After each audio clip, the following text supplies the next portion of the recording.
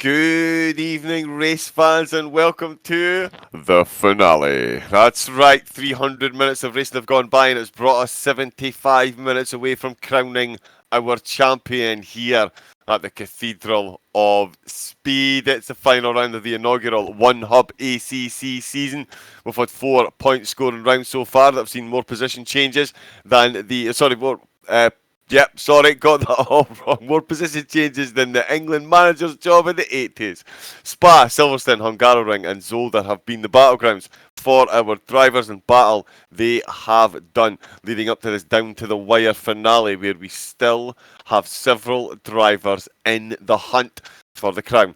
But we do have a champion-elect atop of the table, looking to take top honours for a 4th time in the series, with the only other driver to win a race still in the hunt after that recovery drive last week. It's going to be a hot and expensive one. The scene is a set here in Italy. We have our cathedral, our altar here at ERT, a champion-elect, a chasing pack, and of course, our leading lady and leading light in ACC commentary is, of course, Jessica Ball. How are we doing this evening, Jess? Oh, John, it's going to be a bittersweet moment, isn't it? The final round is upon us. We've done 4 rounds already, but we still don't know who the champion is. And tonight we're actually going to find that out. I can't believe it. It's going to be incredible. It all came down to 2. It's Car Mentalist versus SOP Milden. And cut the spiel about the track at the moment. Let's not talk about that just yet. You guys want to know what the drivers need to do in order to be crowned champion tonight. So let's get the standings up straight away. Car Mentalist leading the way with 77 points, and SOP Milden on 65 points, and Flying Throne is 3rd with 49. Connor is 4th with 33, and Dexter 5th on 31. So mathematically, those 3 could be on the chance to get the 3rd place prize potentially. We got Floppy Fox in 6th on 28 points. 7th place is Camo Babo on 24 points. I believe he's here tonight. Yeah, he is here tonight. That's good. 8th is Khalifa with 19 points. 9th is SOP Kul with 15. He's back on the way for points. That is great to see. The championship is getting even closer in the midfield still. It's not just about the championship. 10th is Guna Gamble with 13. Then we have 11th with Cablo on 10. Blue Mosquito in 12 on 8. Age Racing Green in 13th on 7. Cam Kamam in 14th on 6 points. 5th is Ponish Down on 5 points. 16th is Eddie with 4. Joint with Gazaman on 4 too. Carl is 18th on 2. Joint with Blair Grills. And we have one new driver tonight replacing Kieran F1. It is Shadow _Lance _29. He's just making a debut for this race to get a taste of what the league is like. And who knows, he may join us next season. So, what does Milden need to do in order to make sure that Car Mentalist does not become champion? He must not finish 4th or lower. If he finishes 4th or lower, Car Mentalist is champion no matter what. If Milden finishes 4th with comeback points, because the comeback point is still a thing, you know, Car Mentalist must score points to become champion, otherwise Milden is champion. If Milden finishes 3rd, Car Mentalist must finish 10th or 11th with comeback points to become champion, otherwise Milden is champion. If Milden finishes 3rd with a comeback point, Car Mentalist must finish 9th to become champion, otherwise Milden is champion. If Milden finishes 2nd, he must finish 7th or 8th with comeback points to become champion. If Milden finishes 2nd with comeback point, Car Mentalist must finish 6th to become champion. If Milden wins, Car Mentalist must finish 5th or 6th with comeback point to become champion. And we're going to ignore if Milden wins with comeback points because he may not do that. So we'll have to wait and see. But those are your permutations for this evening. It is going down to the wire here, which is great to see. Let us know your thoughts in the chat on who you think is going to be crown champion, but the odds are stacked favourably on Car Mentalist, and that is who I'm going to predict to be crowned the champion tonight. What do you think, John? Yeah, I think it really is going to be a tall order for Milden to overturn that 12-point gap he sees at the top. Car Mentalist, of course, with the 3 wins under his belt, out with the 4 races, and the race he didn't win, he still made it on to the podium. Got a driver to the day to his name as well. No surprise there. Milden is the only other driver to win a race in the series, and 4 times he's been on the podium. Like I say, he had an absolutely outstanding drive to get himself back into 3rd position last week. But let's also not count out Flying From. He, again, outstanding drive, really coming to his own towards the end of the season. His 2nd podium. Could he be there or thereabouts when the final curtain falls? We will certainly see, but yeah, Carmentalist with that 12-point lead, the way the points are handed out. Obviously 20 for the win, 17 for 2nd, 14 for 3rd. And as Jess was saying there, it really is going to take a big tumble for Carmentalist down the order before any of the other drivers are in with a look in 4th place or better. And given the fact that he's been on the podium in all 4 races so far, statistically, you would say it is pretty likely he's going to finish there again, and that is all he needs to wrap this one up. Then, of course, there are other drivers. There's H. His name's completely gone now. H Racing Green.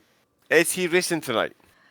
He's not in the lobby at the moment. We only have 15 drivers, so he's not here. But we do have another driver who is there for 1 race only, and it's thanks courtesy of one of our partners, ERT. Dexter's managed to rope this driver in last minute. One of the legends of One Hub Racing, who's won a title at One Hub Racing before on the F1 side. It is ERT Josh making his debut on the ACC League tonight, so it will be great to see. So we're bringing the rivalries into question between our championship contenders, because I want to get a conversation in chat on what you think is going to happen tonight. But Carmentalist and Milden were called into the rivalries this week. Well, it's not really a surprise. They are the 2 championship contenders. Both drivers can technically still win the championship, but this week only one can and will. And the press are very much looking forward to seeing who comes out on top. So, Milden was asked, what would you be doing to ensure it is yourself that lifts the inaugural ACC Championship? And does Carmentalist 3 wins in a row worry you? And Milden says, nothing I could do other than drive as fast as I can. It's unlikely, but you have to try, I guess. And no, 3 wins do not worry me. He's been lucky and fast. You need both to win, and I have to agree with that. Carmentalist was asked, would you have less to lose today, knowing a decent points finish is possibly good enough and will leave Milden coming up short? And he said, I think I'll have even more to lose. If something goes wrong, I can throw it away, and I know Milden will be there to pick up the pieces. So Milden's got 4 podiums as well. So Milden's picked up the one win which Carmentalist did not get. Milden picked up the pieces. So we could see something similar tonight as well. So we'll find out. Milden got 2 driver of the day. Carmentalist got 1. So we'll see what happens. So before we talk a little bit about the track, John, I think we should give our sponsor plug nice and early, and we don't have to worry about it until the end of the stream. So yes, give our sponsor plug now. I will do. Massive thanks to our sponsors, of course, putting on this event. We had the pre-season rounds, and this is week 5 of the point scoring. Next Level Racing, of course, sponsor the league. They provide a direct drive stand to the driver who gets the most driver of the day in Formula 1. We've got 3M Sim Racing as well, who sponsor the league by providing a pair of sim racing gloves. Did I mention last week I don't have a pair? We've also got partners as well. Vespertine, of course, is a very important partner as well, who support our championship prizes in the ERT. And of course, ERT themselves, the partner, the Going Get Tough Award, which is here for ACC as well. And it goes to the driver that completes their media day interviews if they're outside the top 3 and they attend every race. So thank you very much to the sponsors and the partners, and of course the drivers who all take part, and of course Jess for putting on some awesome broadcasting and commentary alongside me for this whole series. It is, as she said, a bittersweet one that this one is going to end tonight, but we are definitely in for an absolute cracker of speed. It is, of course, known as the Temple of Speed, or Cathedral of Speed, as I like to call it. It primarily consists of high-speed corners and long straights, as I was saying last week, pretty much 3 braking zones and a right-hand corner. Broken up by the tight chicanes Variante del Retafilo and Variante della Roggia, as well as the medium-speed Lesmos, which up until recently I called the Degnas. It does have a starting grid of about 29 cars. We're going to have 20, just short of 20 tonight. It was going to be all good. On the right hand side, sorry, just spotted Simon in the chat. He'll be cheering on SOP. Floppy Fox, we know he'll be cheering on as well. The drivers with pole position will start on the right hand side, 5.7 kilometres or 3.5 miles for the uneducated like myself. It is 11 corners in a clockwise direction. We'll have, of course, got the mandatory stop for tyres and fuel, but the drivers can simply pop 1 litre in, the old classic splash and dash, and get themselves out of there. If that is what they elect to do, my old eyes are deceiving me. It is indeed. For a tyre change at Monza, you're looking at 69 seconds, which is 64% of your lap time, which is actually one of the shortest pit times on the whole calendar. So it really is dedicated to getting out on track and getting your foot down. Silverstone, with a length of that, 52%. So there you go. That is one of the shortest. But of course, this track absolutely steeped in motor sporting history. Been in existence 1922. That's even older than some of my jokes. Incredible. Up until... Wow, John, wow. Hopefully you won't say any puns tonight. Yeah, no, we'll leave those alone. There'll definitely no be Mario jokes or any pizza jokes. Pineapple on pizza all the way, people. Pineapple on pizza all the way. Oh, God. Controversy from the excitable one. And it is, of course, the home of my beloved Ferrari. And it seems only... Oh, yeah. And it seems only fitting that we will have a Ferrari performing this evening. Dexter, one of the partners and sponsors here. He did, in fact, win, didn't you, Dex? Standing ovation.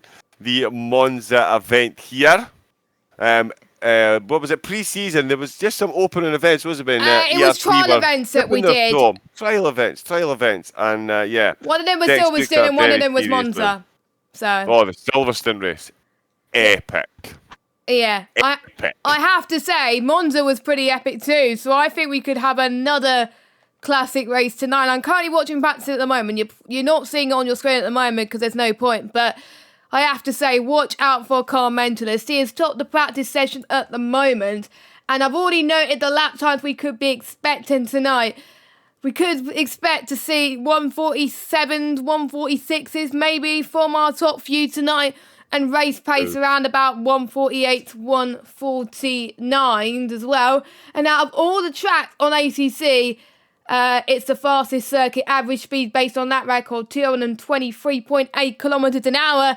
And don't bother asking me what it is in miles per hour because I'm not good at conversions. So, yes. That's about 150. Yeah, okay, thank you. I was not expecting you to do it that fast. But anyway, I know you guys want us to get into the qualifying session because you see it is 7:15, just gone, well, almost 7:20, and you're not seeing the qualifying yet. But do not worry, the qualifying is coming for you right now. Here we go. Here's the action. We've got 15 drivers tonight, which is, I think, about similar to last week. Everyone is just getting a feel for the track at the moment to see what they could do, of course. Now, a few drivers were asked some very interesting questions in the pre-race interviews about the practicing that they've been putting towards this track. Milden hates Monza with an absolute passion, he says. So that's not looking good if you've got a championship to fight for, Milden. Car Mentalist finds it's pretty easy. Monza is easy to pick up and get into a rhythm. Just need to find the balance between grip and straight line speed. Connor says, well, although I could do so much for the Aston, it is the weakest track for that car. Cam just said, what's practice? Nice, Cam. Dexter did a race around Monza a few days ago, so he's used that as his main practice. I think I already know about that, Dexter. Cool said, not had as much as time as we need the lobby said to be changed faster, but it's now been sorted, but I want to get a win tonight for sure. Don't count out Cool tonight, because there was a few races where he was just short on getting that win, so watch out for him, just saying that. Floppy Fox did respond, but he could not make it tonight, unfortunately. He's not in the lobby. He is, however, in the chat. So nice to see you, Floppy Fox, supporting the league anyway, even though you're not racing. Wherever you are watching, you're probably not watching at home. You're probably watching somewhere. I don't know where you're watching. But anyway, nice to see you around. Blue Mosquito hasn't done much and might not get to because he was at work until 6:30 today, UK time. Cabo Babo says not the best. His consistency in the dark isn't the best. And one of our new drivers has responded. Shadow Lancer 29. Don't know much about him. I'm not sure if John knows much about him, but he said he's been going rather well, to be fair. Spent more time in the Ferrari as a result of Dexter recommending it to me. And guess what? Good news to John. Shadow has picked the Ferrari, so he got more than one Ferrari today. Yay! And he's been able to beat his best time in the Lexus yesterday as well. So he's feeling relatively good. So those were people's thoughts about the track and practicing in general. We'll go through the advantages around this track from some of these questions a little bit later on. Now, a few people cutting the corners, that is not good. I'm trying to see who is about to finish a lap, as Connor is in the pit, so he may have not been happy with his lap time, and I think Kull, I pressed one of the trigger buttons thinking it's an on-board, but it's a different button for ACC. I did commentate on F1 yesterday, so that's probably why. But Kull is, I believe, about to finish his lap as he goes around the Parabolic Canal. A possible overtaking spot with that we did see, I think, with Khalifa fighting with one of the ERT guys in the trial event, which was quite nice. So Khalifa, I think, is feeling quite confident about this track. But Kuhl is coming across the line, and he sets the first benchmark time of a 1:48.846. So 7/10 shy than what we're expecting the top guys to run, but it is banker laps. Guna Gamble just comes across the line in P2. We got the number 6 car. No, it's not the number 6. Josh going through Ascari, past Ascari now. And we also got the 20. It's hard to keep track of these cars. I think Shadow Lance is about to cross the line, so let's follow him. So we'll see what he could do. He's just doing his outlap. So let's follow Josh. He's on his outlap too. Oh, no, he's not. Josh is P6. And Khalifa comes across the line in P2. 6/100 of a second. Oh, cool. Carmentalist only in P3 though. Yeah, yes, Carmentalist down in P3, but you say down in P3, he is the same distance to P2 as P2 is to P1, and it's SOP Cool taking the honours with just under 10 minutes to go. Optimum track temperatures. It is a sunny Italian day. We have, of course, got debris from the escape road. There's always one misses of braking zone on the warm-up lap. Half a second separating the top 7 drivers, and our championship protagonist, well, he's sitting pretty much where he needs to be. He needs to finish 4th or better to put this one to bed safe and sound. He's 3rd at the moment, but we've still got Art Connor, Shadow Lancer flying from our late championship Charger, finding a couple of podiums in the last 2 weeks. How will the Lamborghini fare on Italian soil?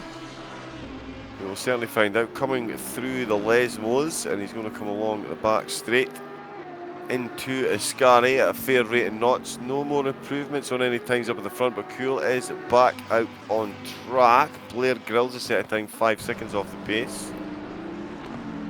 Coming through Ascari then, flying from, he's going to need to keep this one very planted, catch as much curve as you can get away with, really. That is the key here. Coming into Parabolica. The chat's alive as well. Good evening to everyone in the chat. Who do we think is going to win this one? Carmentalist seems to be the flavour of the day there as well. Of course, I'm sure Simon will be cheering one, flying through into Parabolica. Spots a good exit, nice and light. He's going to be carrying a lot of pace across the line. Where is he going to jump to? He's definitely going to set a time here, and 1:49. Did he invalidate? Okay. 1:49.269. Yeah, so he has set a time, but that is pretty slow. So I wonder if that's just a tyre warmer, a sighter. As we can see, he's coming through the first turn now, and he's found a 10th.5 there. Oh, dropped it again on exit. So he'll come into the chicane. He's still green on his timing board. Car Mentalist has gone first, Jess. Car Mentalist is back.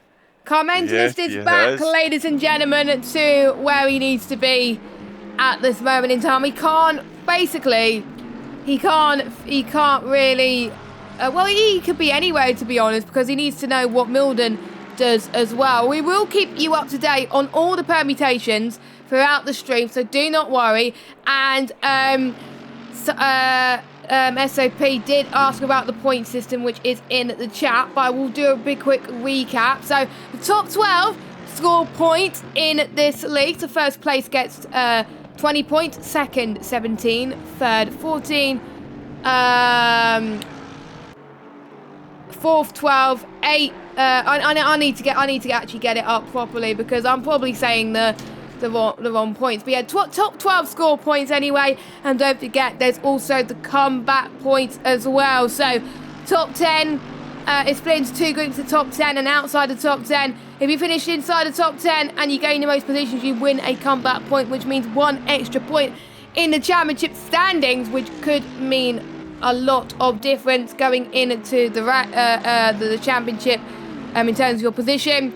And outside the top 10, if you finish outside the top 10 and you gain the most positions there, you will also get a comeback point. So very intriguing, to say the least, and I have to say that's one of my favourite features. I really do hope. Go on, Dex. Sorry. Dex is third. Sorry, not. Carmelo's throw have done the same time. Holy moly!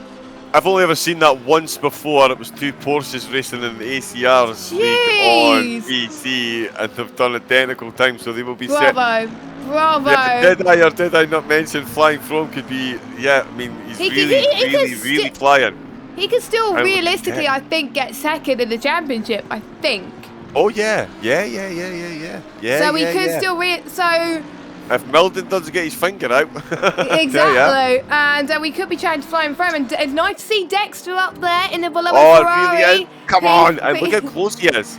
Yeah, I know. 45,000 for 100 of a second is absolutely insane. But this is a close qualifying. 8 temps separating the top 10 is incredible. Whilst John was having an oh god moment because he saw flying frame at the same time, I'll go through the points. So we got 20, 17 for second, 14 for third, 12 for fourth, 10 for fifth, 8 for sixth, 6th for seventh, and then it's 5, 4, 3, 2, 1 down to 12th place. And then obviously if you're outside of the top 12, you do not get any points unless you get the comeback point as well. So there you go. That's a bit of an up-to-date on the point situation. And I usually update on this stage. Oh, Camo Babbo! Where did that time come from? 3 tenths quicker than flying through. Milden's up there as well. The track is getting the most grippiest. Oh my goodness, I can't wait. But there we go. This is going to be absolutely incredible. Camo Babbo was asked about any place you think you might be stronger than your rivals. The Bentley seems to handle Ascari better than other cars, he says. So hopefully he could gain some time there. Well, I want to see what his sector times were in the Ascari section, Camo Babbo, because that's probably where he's gained the most time. But that shot Car Mentalist down. Milden's up to second, Flying Frames up to third. Bring it on. I've just spotted that as well. Yeah, my PlayStation 4 Pro is officially melted and dead, unfortunately, so I won't be, we'll be doing this the old-fashioned way. Camo Babbo, 142, Milden up to second, Froome third, Carmentalist in fourth, Dex is down to fifth after taking up. This is incredible. 610 separating the top 8. Then there's 610s back to Connor, Mosquito, Josh Cablo, Cam Come On, Blair, Grills, and Shadow Lancer, 29. Yeah, I have absolutely no idea where we should look coming towards the end of qualifying. Yes, this is, trying to do the maths on the current standings is just incredible. I think at the moment, let's not even do this. Like Carmentalist is still the champion if the race starts and finishes like this. Yeah, But you will be exactly. happy with that. But listen, I tell you did say it. Like, will we see him? He's coming across the line now. The champion-elect. Can he put in a champion's lap? Yes, he does. 148.177. He's going to be in the 147, surely. If he does not, I'm going to probably end up crying.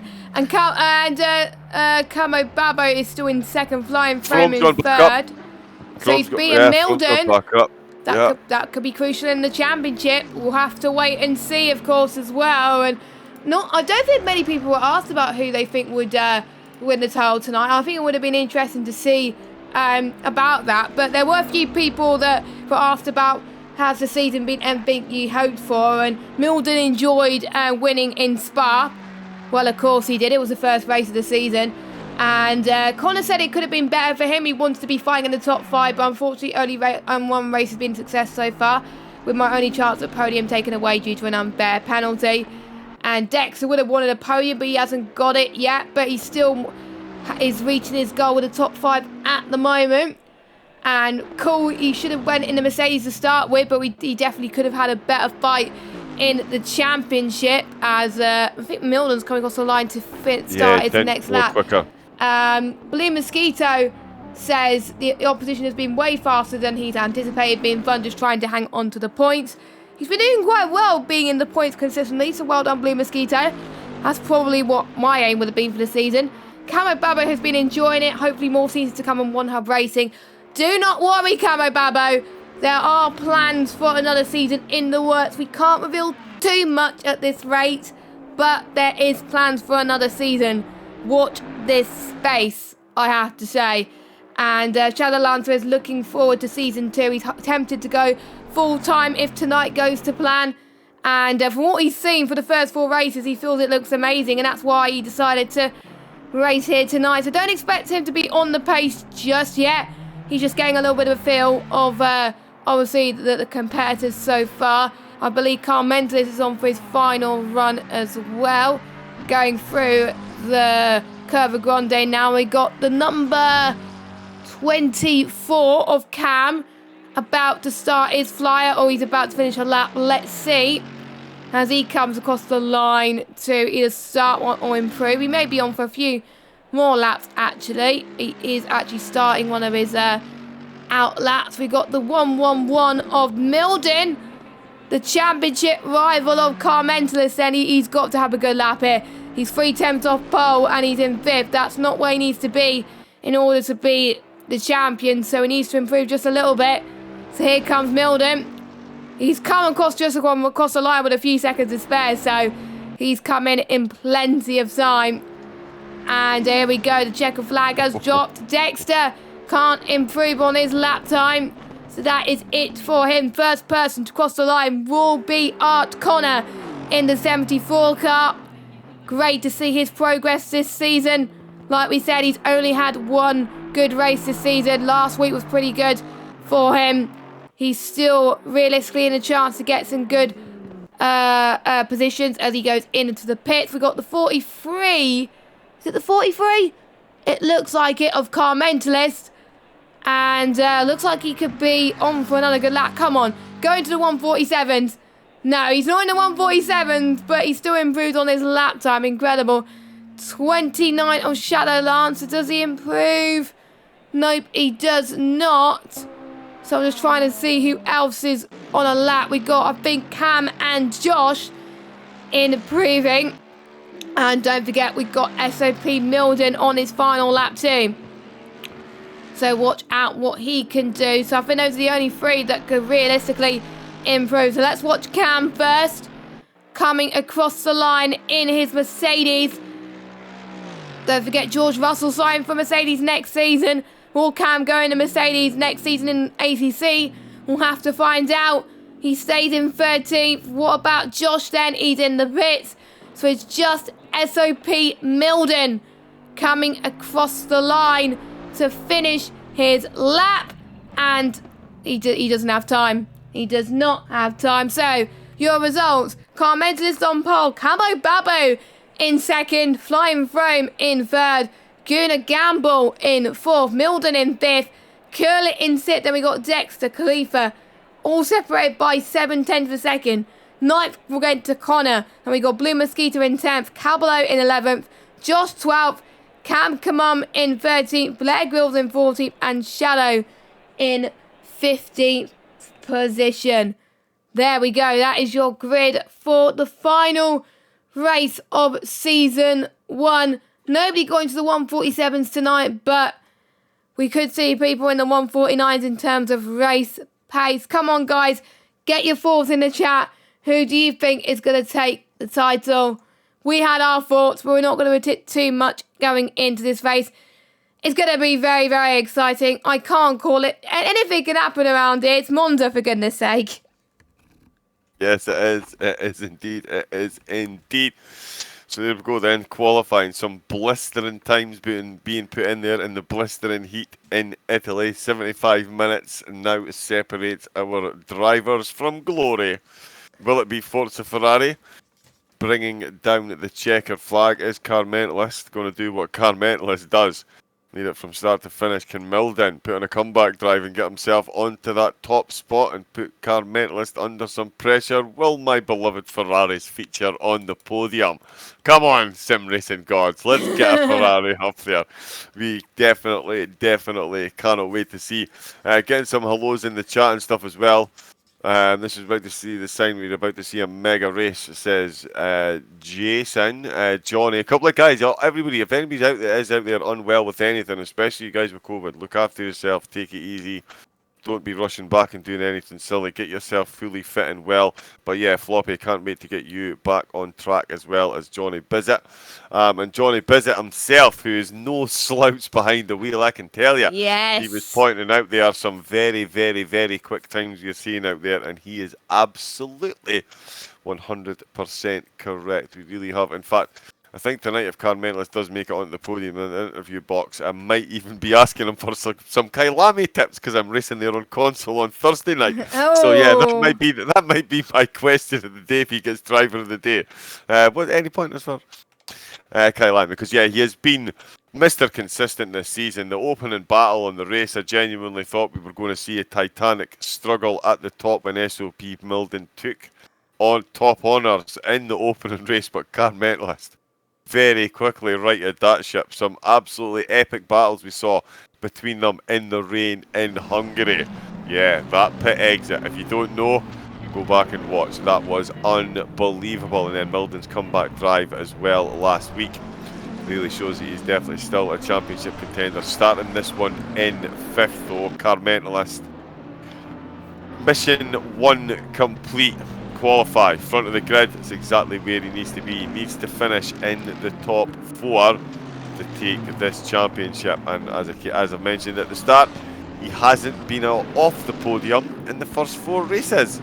So just like Carmentalist. Oh, sorry, I did mean Carmentalist there. Just like Milden then. Sorry. Yeah, just like Milden. Yeah, exactly. Yeah, he's not been off the podium either. Actually, starting in 5th, Flying Throne as well. 2 podiums in the last 2 races. So he really has been on a charge towards the end of this. Could he be the man to deny Carmentalist his 4th win of 5? And it is, as you can see, the drivers perhaps can't, it's a night race. So it's going to be headlights on full, track temperatures are going to be low, and it's certainly going to be a test of the driver's ability to get the brakes right, especially when they're surrounded. And I've got a rear view mirror full of flashing headlights. Turn 1 at Monza. Oh, after my own experiences there, genuinely, Jedi Knight reflexes definitely won't go amiss as you're coming through this track. It really is going to be a spectacle. Carmentalist, Camel Babel, Flying Throne, Gunnar Gamble and SOP Milden rounding up, making up the top 5. SOP Cool backing up his teammate there in 6th, and then it's the ERT duo of Dexter and Khalifa. Sorry, I was about to misspeak there. Is Art Connor who's just behind him? He's not an ERT driver, he's an ART driver. It's easy to get things mixed up, John. It really is. It really is. Let's see, has Gunnar Gamble not have full beams on? Some drivers might not, to be fair. It depends on the contrast they've got on their screen. I know that in the rain, a lot of drivers on this will switch to bonnet view because you get no rain on your windscreen, so you don't have to worry about the windscreen wipers and stuff. That changes your field of view slightly. I can't do that. But yeah, it could well be that he's on his bonnet, so not using the full beams.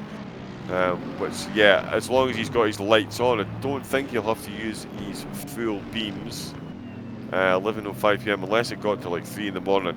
But no, he'll get a warning, that's for sure, if he doesn't have his lights up to the mandatory setting to make sure you can see where he's going. Monza turn 1. Did somebody say Monza turn 1? It's the final round. How many drivers do we have on track? We do have 15 for the final round.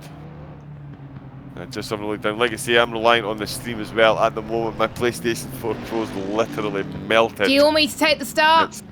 Yes, please. Yes, you take the start. It is the final round. Yes, I've never took the start before, and what a perfect race to do it. So there we go. Indeed. Car Mentalist is on pole position, ready to take it from lights to flag. Could he be the inaugural Season 1 champion?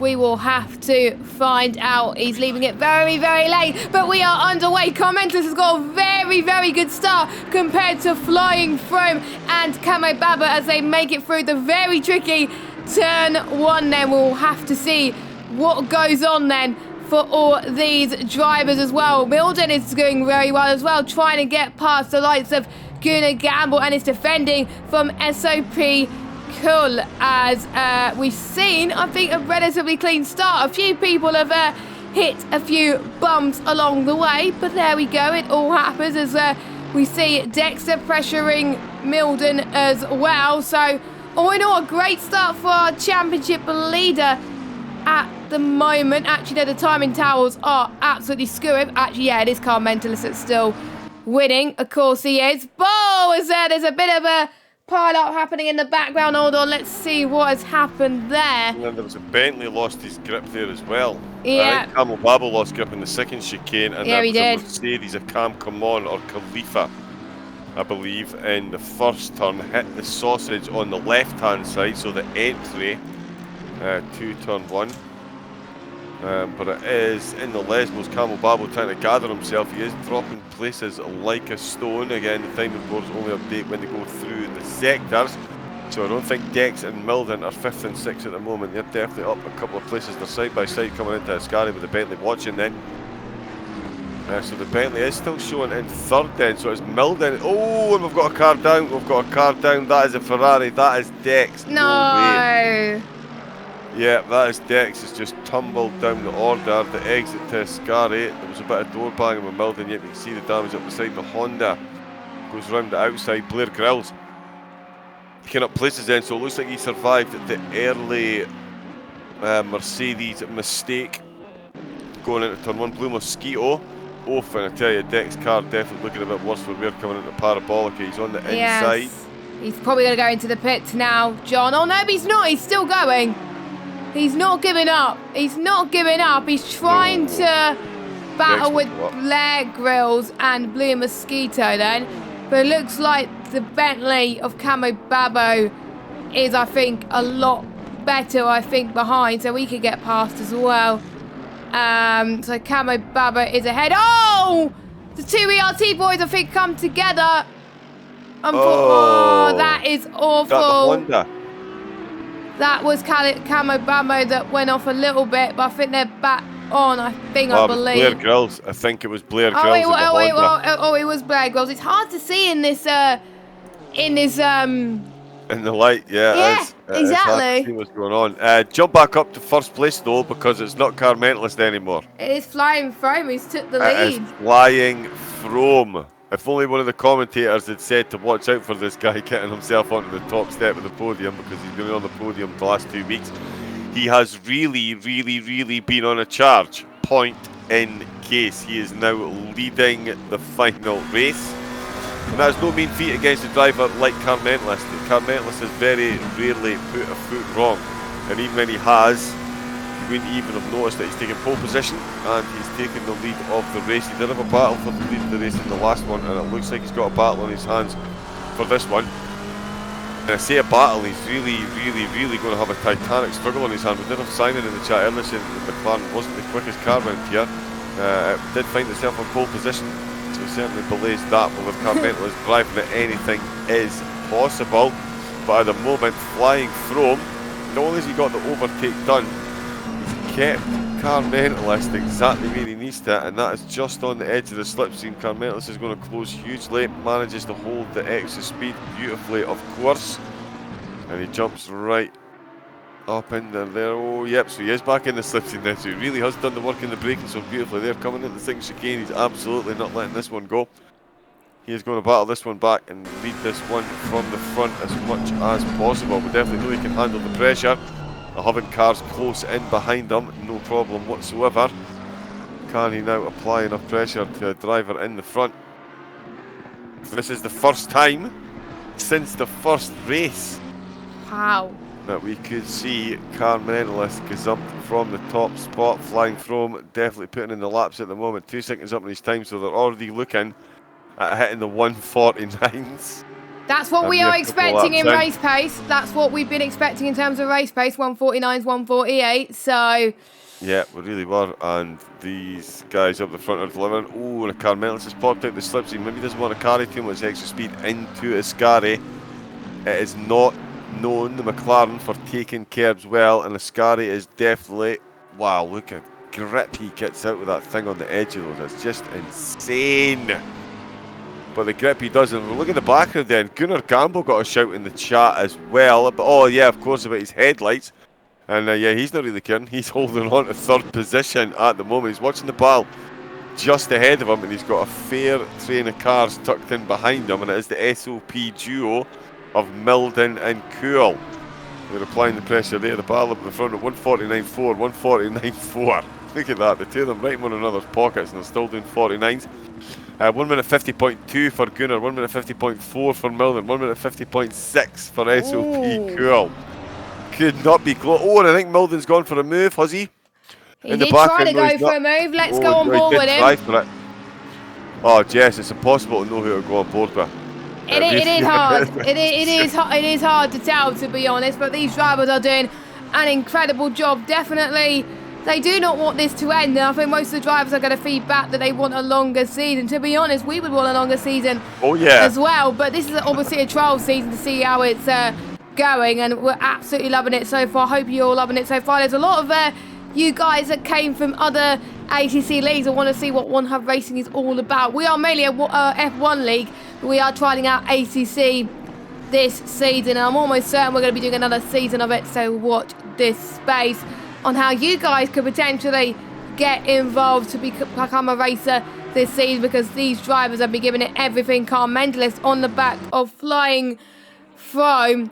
Carmentalist did say he was quite looking forward to it, but he is aware that the McLaren is not the fastest car around here.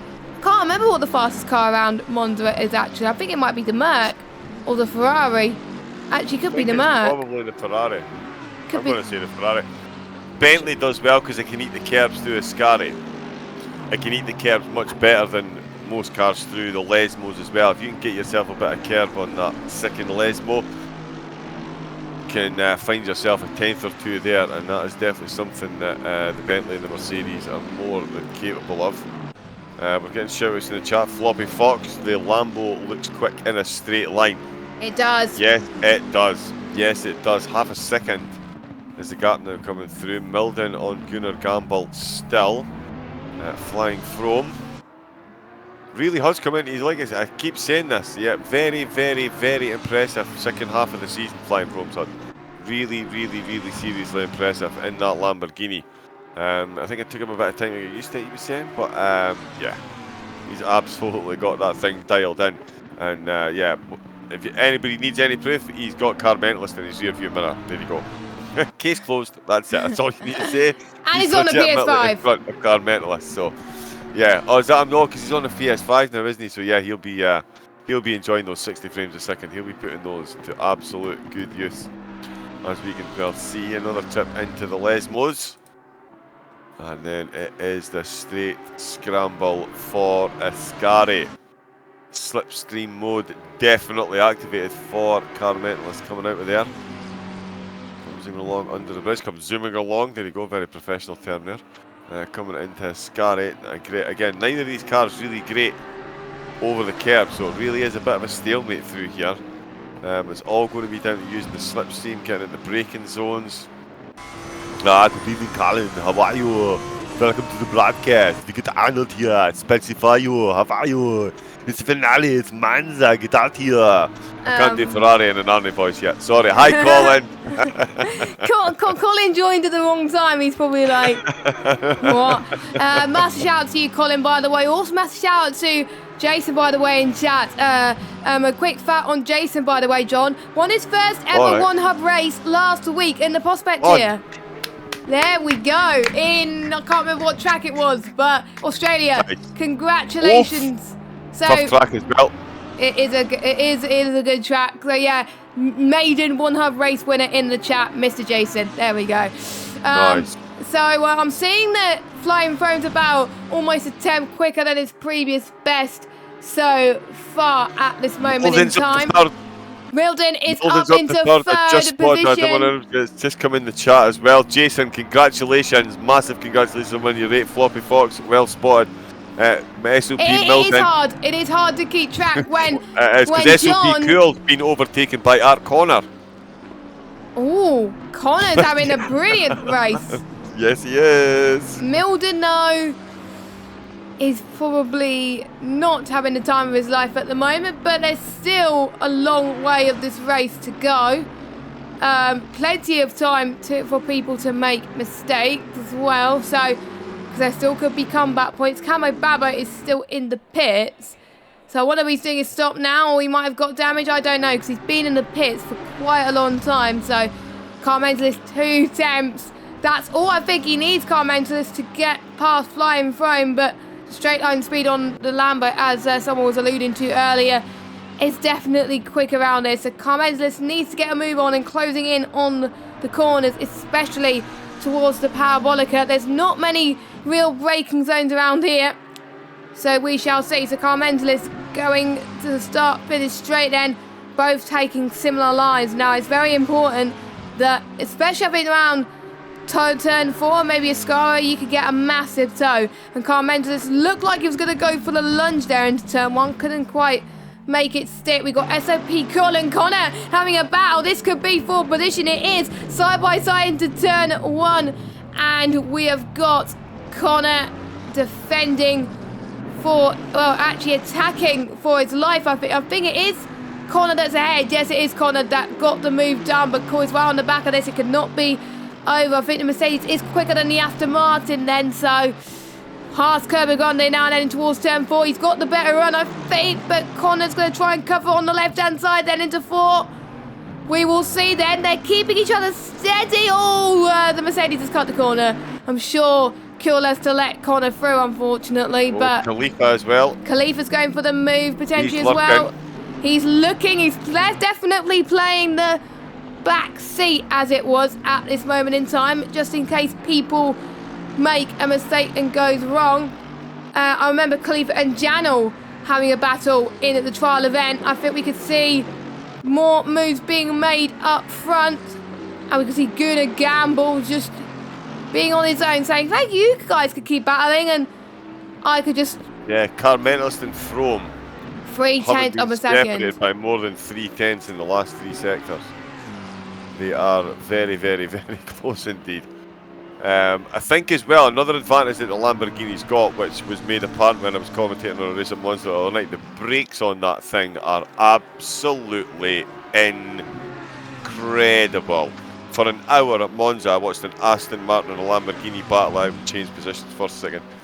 The Aston Martin coming through Parabolica absolutely had to drop on him as soon as he got in the braking zone. The Lamborghini was braking so much later, planting the anchors and just getting... Here comes Khalifa! Here comes Khalifa for the move into turn 1. He could do a similar move to what we saw Connor do a lap earlier. So I wonder if Connor is going to take a similar line then into turn 1.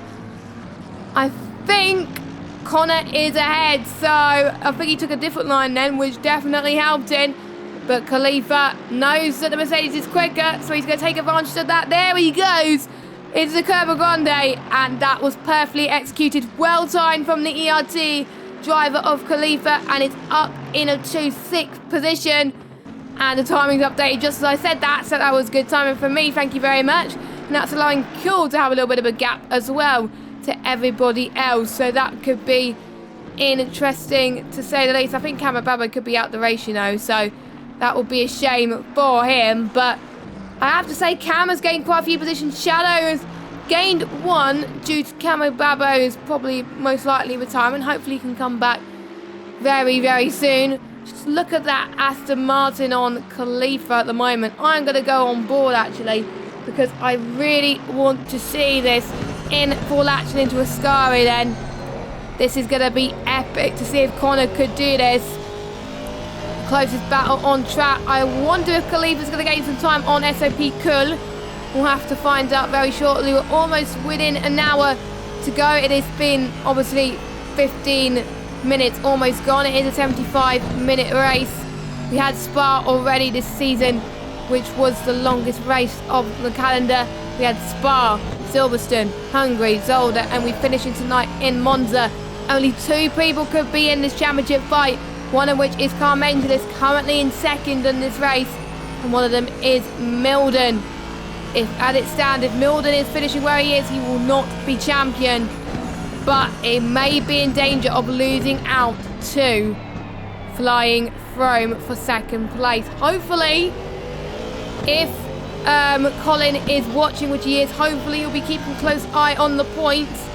And we haven't done the runners-up permutations, we've only done the P1 permutations, so we will need someone to keep an eye on that, as Khalifa's looking very good on Cool actually. Yeah, Khalifa's looking very good on Cool, but he couldn't quite do it, so this could be a good 3-horse fight for these midfield positions. And I think Milden's a bit too further back on the top 2, even though he's in 3rd at the moment. So I think this is a battle I think we need to watch out for at the moment. Don't forget, 1 mandatory pit stop, which the driver's still got to make. I think from this point now, if they box now, their car should be able to be fueled to the end. But I think I'm expecting the first no problem. I think I will be expecting the drivers to pit around about the 50 minutes to go mark, I would say. So that would be the main option. So plenty of action still to happen, and Khalifa's just keeping cool steady, and so is Connor on Khalifa. And I'm sure the drivers are out of this championship hunt is going to try and have some fun, because that's what it's all about here as well. The drivers having a great atmosphere in the tier chats. It's been great to watch their development throughout the whole season, and we can't wait to see who comes out on top with these guys. Cool is keeping these drivers under good wraps at the moment though in P5, so great to see from him. Yeah, it really is. Great drive from all the drivers. Oh, we do have someone just popped into the pits there, but they had a blue... oh no, sorry, it's still Camelbab in the pits. Flying Throne is definitely... to say he was on a charge in the second half of the season, he is on a charge here as well. He is eking, stretching that gap out as much as he can against a driver like Carmengelis. It's about a 10th a lap, but it is still... on current race position, Colin Mason first, Carmengelis. What, to win the race, Colin, or to win the championship? Because that's it. No, Carmengelis will win the championship. I think he's about to run it up. Nah, I don't think. I've did my calculations on Flying Throne won't be runner up because it's a 20.8 point. Actually, no, wait, 16 point gap. I need to actually do maths here. 65 minus 49. 16. Yeah, Milden will hang on, yeah. Yeah, Milden will hang on. Milden will have to have a mare for Flying Throne to be 2nd in the standings. So there we go. Yeah, that's my maths out of the way. Hopefully I won't have to do any more maths at the end of it. But, yes. I have to say, someone is pointing in the chat, I think it was Colin, saying that Cam's doing a great job. Yes, he is. I think he started 12th or 14th, 13th. Cam is always a driver that gains positions in the race. He's never a good qualifier, but he's much better on race pace, and he's showing that at the moment. He did get a comeback point, I think not last week, but the week before. The comeback, I have it written down somewhere. I know he got the comeback point last week, but Cam always has a tendency to pick up comeback points in this lead, because there's still plenty of opportunities for him. But he could get Dexter actually for 9. So Cam is doing pretty much better than I expected. It was Connor and Cablo who got the comeback points last week, with Milden getting driver of the day.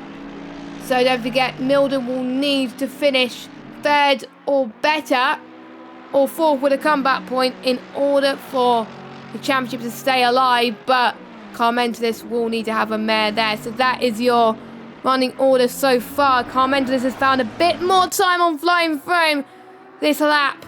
Right now, 0.3 of a second separating the top 2. And Khalifa's dropped back a little bit from SOP Cool. Same with Connor.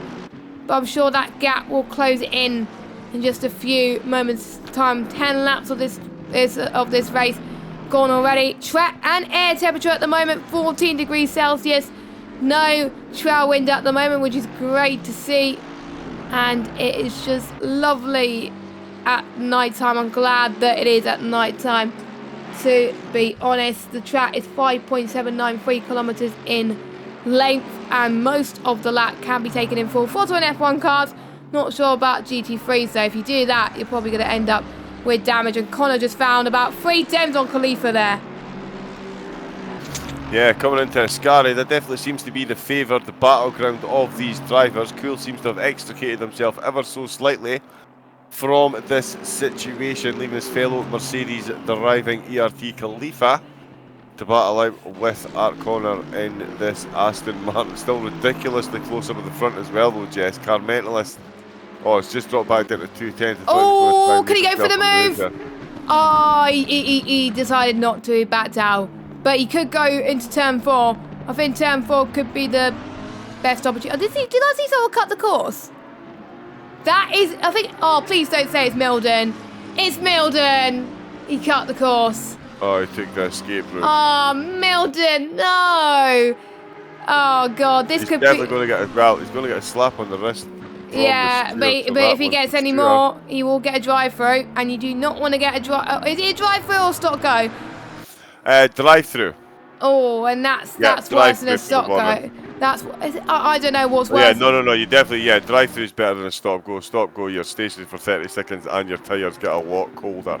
And the track temperature is currently 14 degrees, which means the drivers will be able to put in some absolutely Olympic lap times because the conditions are pretty perfect. But yeah, keeping the heat in your tyres is definitely going to be an issue. Brake ducts will fully be closed. Milden gained 2 seconds there. Oof.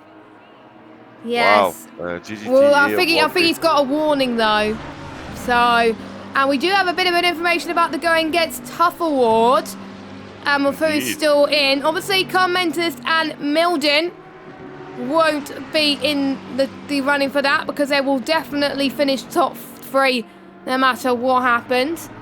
So, Going Gets Tough award based on current position. I know you can read in chat, but I know some of you may be watching this back on YouTube and don't have access to the Twitch chat. That's why you should watch the ACC streams live, folks. And then you'll get all this glory of watching what's going on in the chat. Same with our F1 streams on Twitch, by the way. Well, you watch it live, because it's not the same if you watch it back. But anyway, the Going Gets Tough award based on current positions will be between Cam, K-Mum, Connor, Dexter and Blue Mosquito. Those are the drivers that are outside the top 3 and have done all their pre and post-race interviews at the moment. They still got to do one more interviews later on tonight. I don't know how we're going to reveal this, to be honest. I really don't know. But we will try and think of a way of maybe we will do a video or something on YouTube. Season review. We did that with that. And Camo Bama in the chat saying that didn't go well. Yes, that does confirm Camo Barbo's early exit in season 1.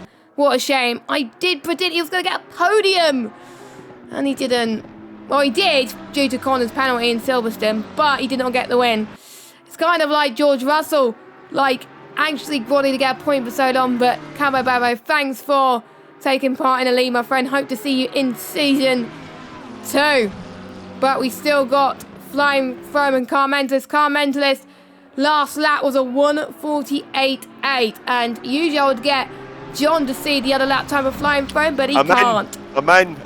Yeah, you're I've in. actually made it in. Yes. I've made it in. Yes. I've got an ice pack and an extra fan. I'm in. I'm not kidding. Can you see? Can you see Flying Throne's last lap His time? last lap was a 1:49. So Carmentalist is quicker. Carmentalist is definitely quicker, and they're just coming around the parabolic now again. We're on board, as you can see, with Carmentalist. I will stay on board with Flying Throne, so we'll get to see the lap times. In fact, you see them on the bottom left of your screen there as the pop across the line. 148.9, 149.2. So they're just trading, they're toying with our emotions, Jess. They're Carmentalist is doing it to me again. He's doing it to me again. So there we go, the trade lap times. One was half a second up the previous lap. Now half a second the other way on this lap, and it's just playing into Milden's hands.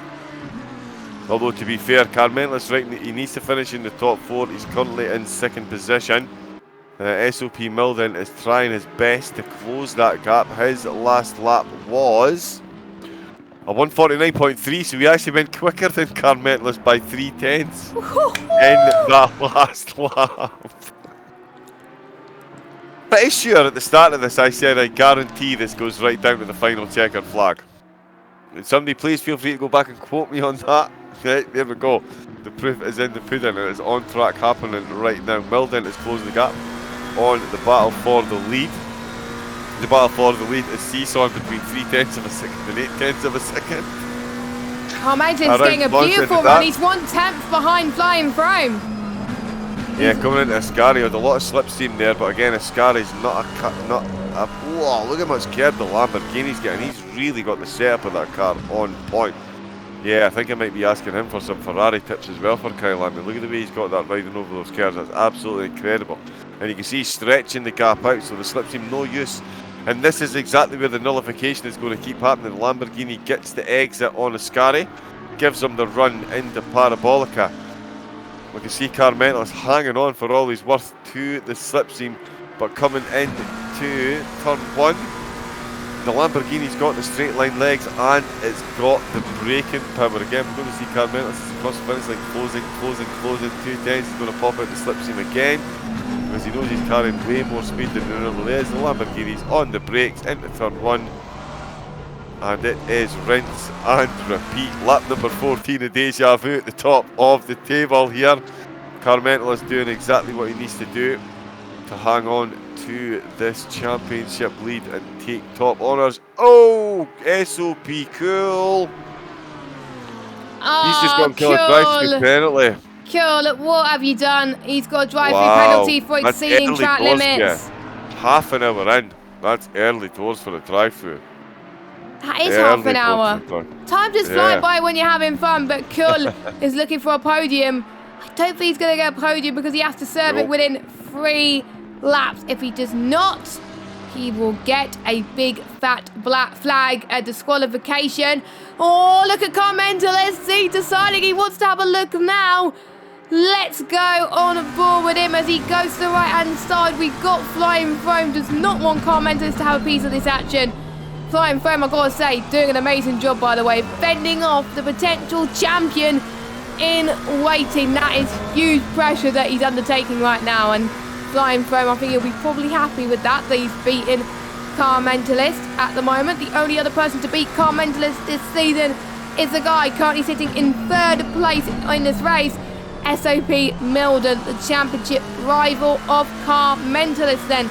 We've done 14, well, they've done 14 laps. They're about to finish their 15th and on to lap 16. Carmentalist. Milden's closing. Milden's closing. 1:48.9 for Milden. He is faster than both Carmentalist and Flying Throne. That is incredible, but look at this. Carmentalist is going to go for the move into turn 1. This has got to be it, surely. That is it. Carmentalist is your new race leader from Flying Throne. Flying Throne was holding on for dear life, but I don't think there was nothing more he could have done. But we'll see if Flying Throne has the straight line speed. Let's get that back camera then to see if he goes for the move into turn 4. You can see in the background that Milden is almost closing in on him, but not quite. So a 3-way horse fight for the win. We haven't seen that much action like that before. I think we may have just seen 2 horse fights for the wins in some races. Drive-through penalty has been served for SOP Cool then. So he's got it out the way. No disqualification for him. So that is out the way for the SOP driver. Not what he would have wanted.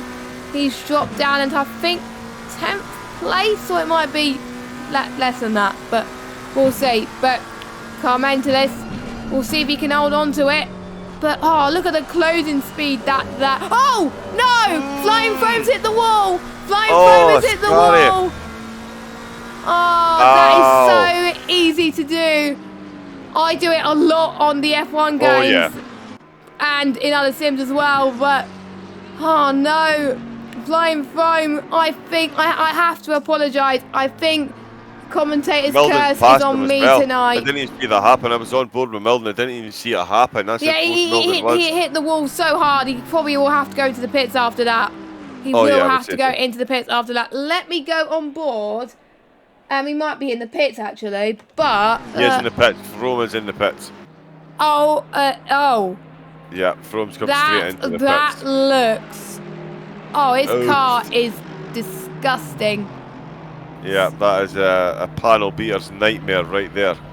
I think mainly his front is and the side bit of the car is the best. And the chat, they're going no. And I think I would have liked to see someone different beat either Milden or Carmentelis, but unfortunately not meant to be right now. So that's given Carmentelis a comfortable lead now. But guess who's closing in? An unlikely contender.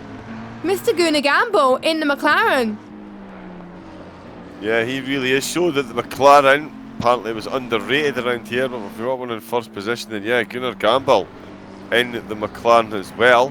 He's now on the podium, and Flying Froome's going to be in the pits for a while, getting himself repaired. So Gunnar Gamble definitely got himself a podium finish in his hands. Why did that pop up, Calvin? So Flying Froome, there you go. He's dropped. He's taking his mandatories on his way back out of the pits.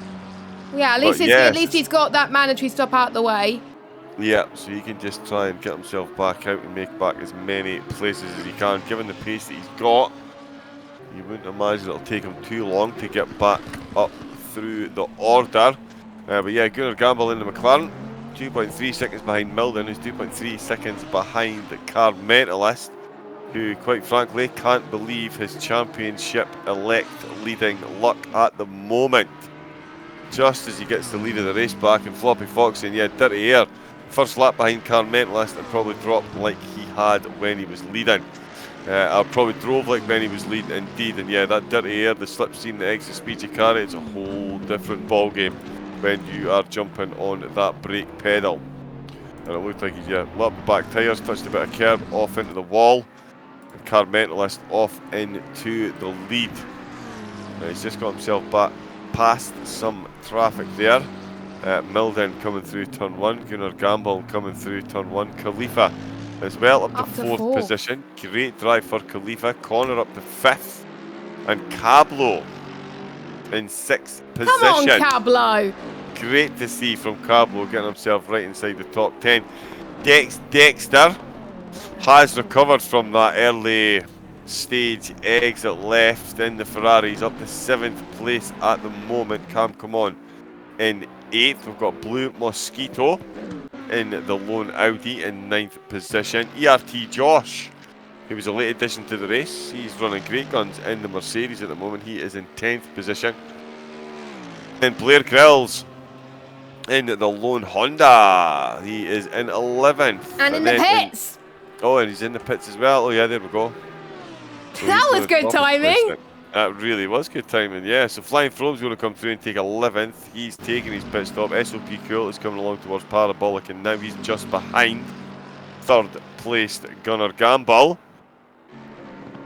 And SOP Cool definitely has pace, but of course we saw him involved in an incident as well. Had to pit early to repair some damage.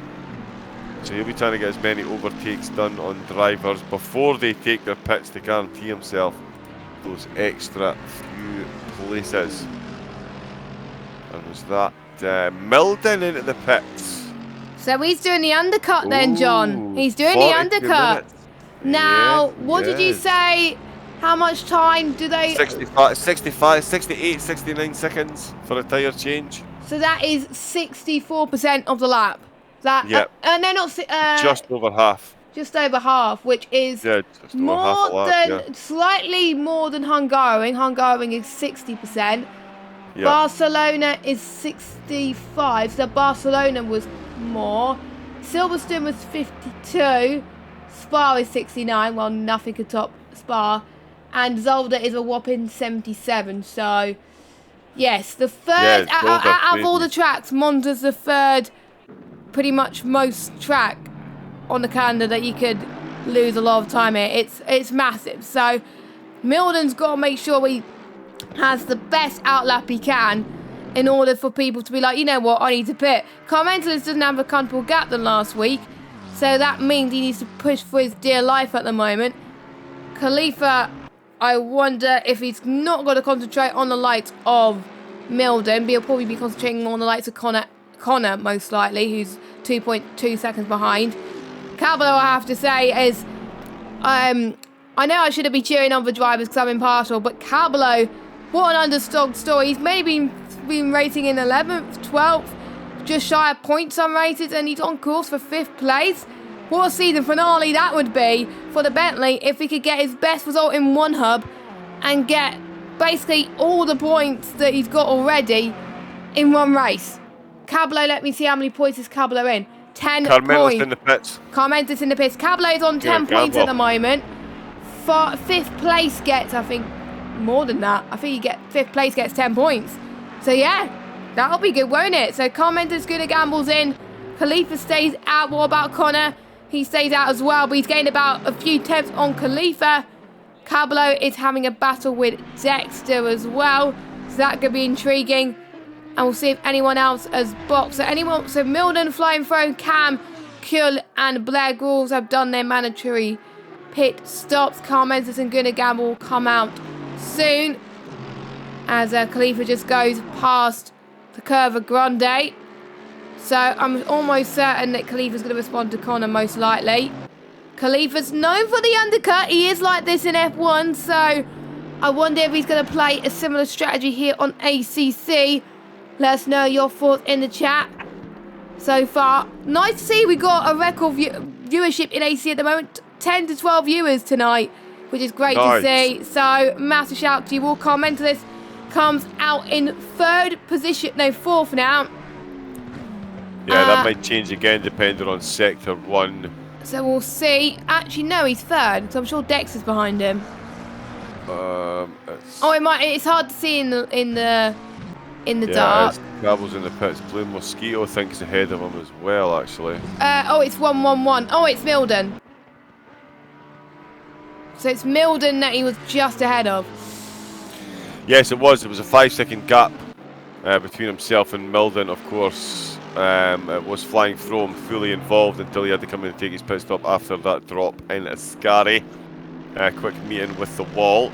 So that was all she wrote for his podium aspirations. Khalifa's following my lead.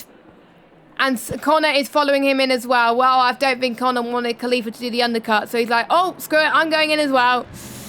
Yeah, Milden's made up 4 seconds in the pit stops. 3.5 seconds in the pit stops. Carmentelis must have had... Milden must have had a brilliant outlap then. Oh, he really must have. He really must have. 1.6. I mean, he was just over 5 seconds behind when he came into pits. He's now 1.6 seconds behind. And he can well and truly see ahead. Dex is in the pits with Art Connor and Khalifa. So these guys are all going to go overtake him. Blue Mosquito is going to come past the pit entrance. SOP Milden is going to come into Parabolica. And we're going to cross the start-finish line and get a new update on the timing. But I tell ya, if that's more than 1.6 seconds, I will be very surprised. If it's less than 1.6 seconds, I probably won't be. 1.5. Wow, Milden's on a charge. I like this. I know it may not make a difference to the championship as Carmentelis needs to have a bottle, but Milden is on fire right now. He's trying to do what he needs to do so he can make sure P2 is definitely his, but Milden will need to have a nightmare in order to do so. So the timings will update. Khalifa, I think, is going to be P5 behind Gunnar Gamble, I believe. And I think he's just got in front of Gunnar Gamble, sorry. Our corner's come out in front of Gunnar Gamble. Oh, Khalifa's behind Gunnar.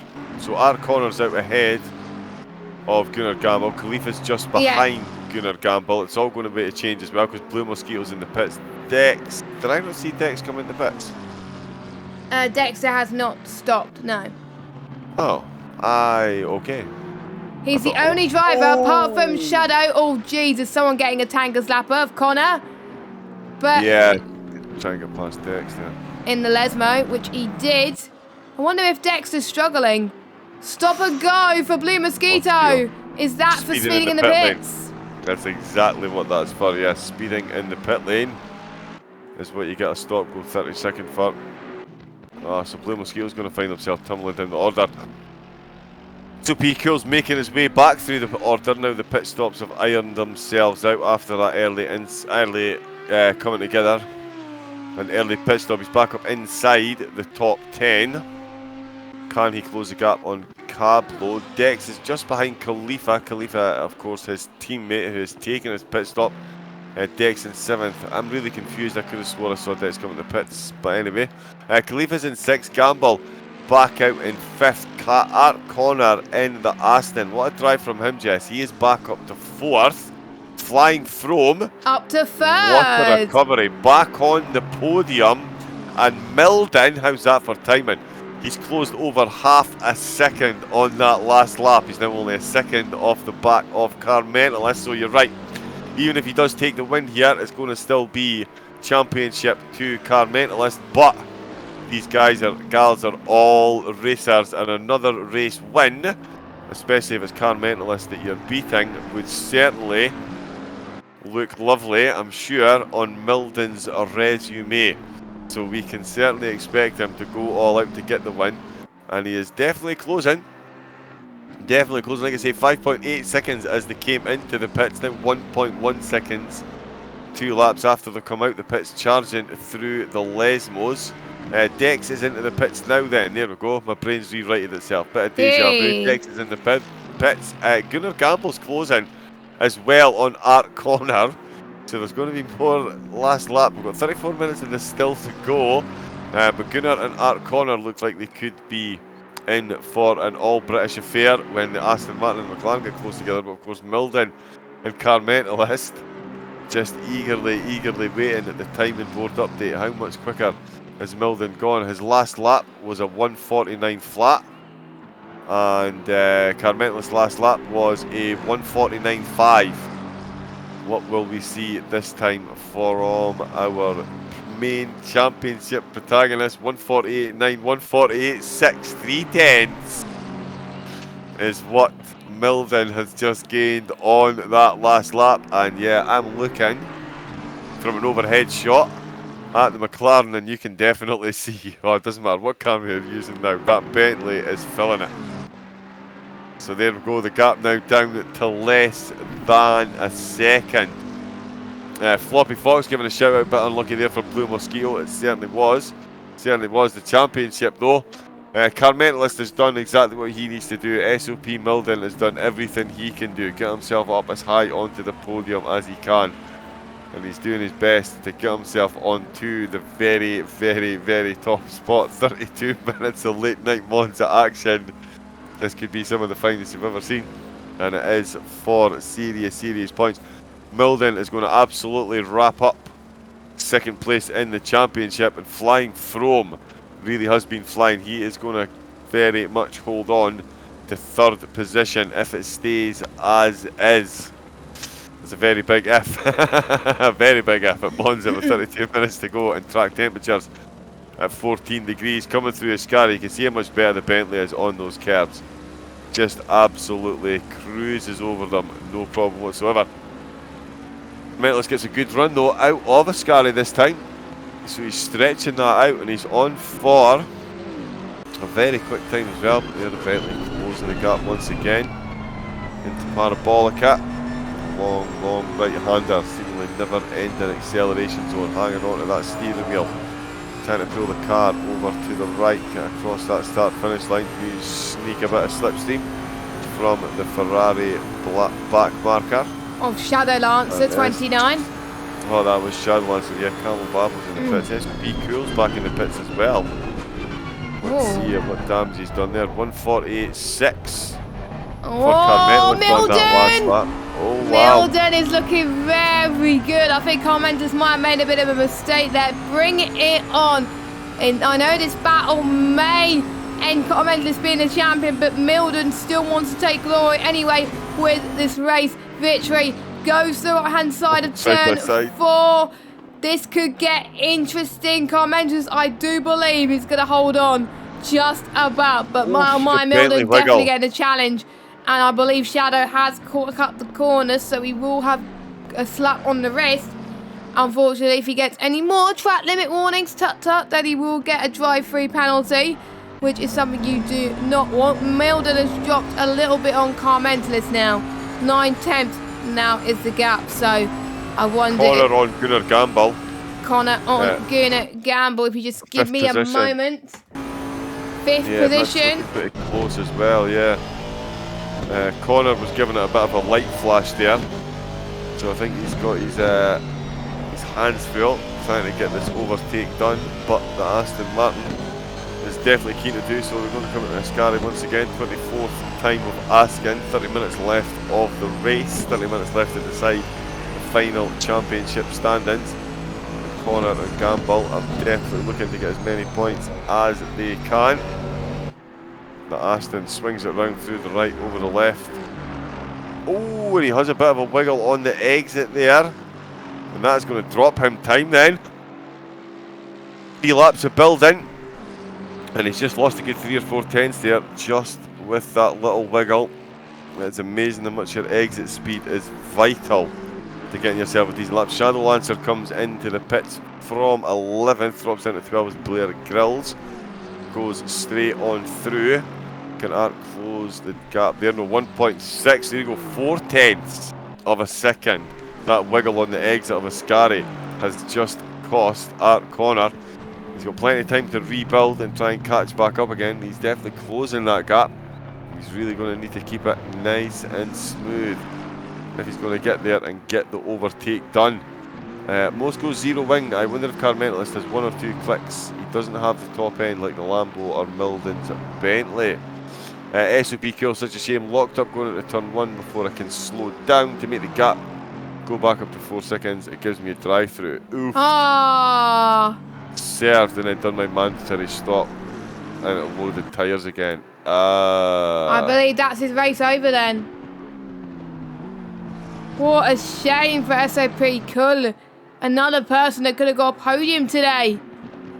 Oh, we just seem to be cursing every driver left, right and centre. It's like Evil Dragon cursing the amount of drivers he goes on board with. I think it's just the curse of Monza. Yes, it is the curse of Monza, and plus it's overnight as well. So that is. It's quite difficult to race overnight. So, Cool, hopefully we will see you again for season 2, my friend, because we would love to have you again. Who knows, you could be challenging Milden and Carmentis again. We really do hope you do.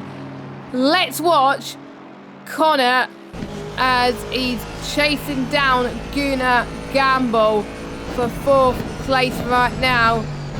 He's not going to get a podium, Connor, but he could climb up massive positions in the championship, and Cool is saying that he will take part in season 2. That is great to hear, Cool. We can't wait to see you racing again in season 2. I'll definitely be watching you with nosy eyes, I would have to say. And great it's a hard saying, I don't know. But shame to end your season on a bad note, but you get to root on for your SOP teammate of Milden, because you never know, anything could happen. And Carmentis must not, and I repeat, not become complacent, because we've seen in Monza before, we've seen in Silverstone the trial events what happened. Just saying with Ben Gallagher. He was leading the race for Silverstone for quite a bit in our first ever event. Then he binned it and he lost it. So The championship is still not over by any shape or imagination, so Milden must not give up, because the championship could still be his if he puts his mind to it. 27 minutes left to go on the clock. We've got... It's having a nosy, actually. I tell you, Milden is very, very close coming through Parabolic. In fact, they're practically bumper to bumper. He's going to get a better line on exit, although the McLaren keeps it tighter. They're going to come shooting along the start-finish straight. And it looks like Milden's on to set a personal best in the race. Carmental's 148.6, Milden 148.2. So he's gone 4 tenths quicker. I'll tell you what, that's invited him straight into the slips. He was coming to slips in early time, not to make a move at the turn limit seam, although on the brakes. He is going to go for a move, maybe get for a switch back. Oh, that was close. That was close from Milden. That was almost a slide there from the SAP driver, but he's still hanging in there. Yep, we've got Shadow Lancer. Oh, there we go, just popping past there. He's in 13th position, getting out of the way very quickly indeed. So that was a personal best lap there for Milden. So he really is on a charge to win this race. He's just done a 148.2. So not far off the qualifying time. And as I say, 14-degree track temperatures, ideal to get these things absolutely flying around this course. The way Carmental's been, hats off to him. Again, what a drive from him. I mean, we talk about everyone else carving their way through the field and stuff. He lost the lead of the race, lap after lap after lap, gets it back on lap 14. And now he's soaking up the pressure from Milden in a car which is not supposed to do well around here. So again, it just goes to show you the level of talent that Carmentalist is putting on there to keep a hold of this race win. And this again goes to show you, he could easily just, yeah, you know what, Milden, let him pass. Even if Milden wins and Carmentalist comes second, he still takes the championship, but they're going to battle it right down, coming into Parabolica. Milden looking for a way past, Carmentalist pops it right in the middle of the road, the braking zone. They're going to be neck and neck, nose to nose. No, they're not. Milden backs out of it. Is he going to try for a tighter line? He takes the tighter line this side. The McLaren, ooh, running very close to the edge of the track. Milden galloping onto the back then. Carmentalist moves straight over to break the slipstream. Going to have to do what you can there. Both of them. Again, Milden a tenth of a second quicker there on that last lap. This really is a titanic struggle between the two main protagonists in the title. 12 points separate them after the man in front has taken 3 wins from the 4 races. Milden took the other win. In fact, it was the race 1 win as well. Both of them on the podium for every race so far, and you can clearly see why. They've got 10 seconds ahead of Flying Throne. Didn't have big damage. Flying Throne really was a contender to win this race. Make absolutely no mistakes of that. And it will be interesting to see his car choice and how he gets on in season 2. But Milden and Carmental are still battling out for the final honours here in the inaugural season here at One Hub, and both are running a bit wide on the exit. The temperature's still sitting at a nice 14 degrees. 23 minutes left on the race. Can Milden? Milden, Cool is saying that Milden says his car is feeling mega. Well, yeah, there's certainly proof of that on screen at the moment. I mean, look how close he is keeping up. And I tell you what, again, coming out with Scary, the McLaren's got a good run, but so has the Bentley this time. Oh, pops out, has a look, pops back in. The control on the brakes there, unbelievable. Both men with a good exit. Oh, and I tell you what, that's very close to a slap on the wrist here. You'll maybe get a warning. Well, not a full warning. Maybe get a slight slap on the wrist for that one. More epic times, identical times. They've just put in pretty much identical lap times. 28 laps into this, and they can still be separated by no more than half a second. This is the big one. Don't even know what's happening the further down the field. This is far too interesting. Flying Throne is dropping off as well. So I wondered if these two being so close would maybe hamper their pace, but it's not. They're actually stretched the gap by another second on Flying Throne in third. He's still looking very good to take that podium position, though Art Connor might still yet get the move on Gunnar Gamble for 4th position. But it is this battle up at the front that is just not going to be decided any time soon. I mean, even if the Bentley does get past the McLaren, can the Bentley hold on to that first position with the McLaren being so expertly guided by car mentalists so far?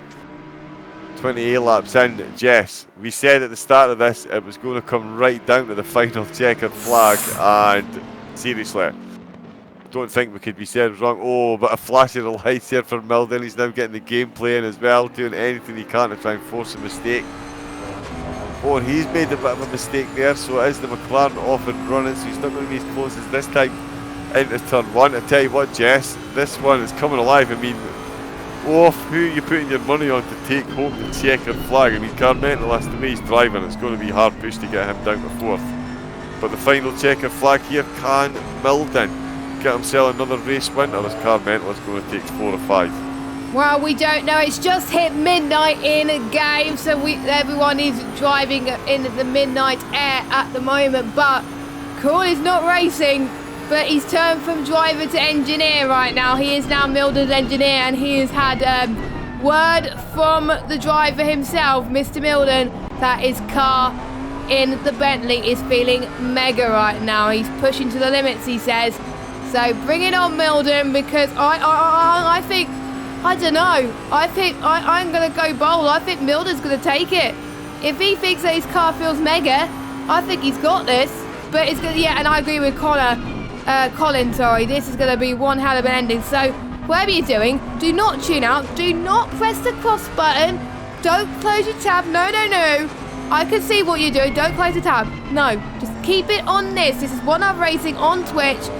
As Milden's lost a bit of time. No.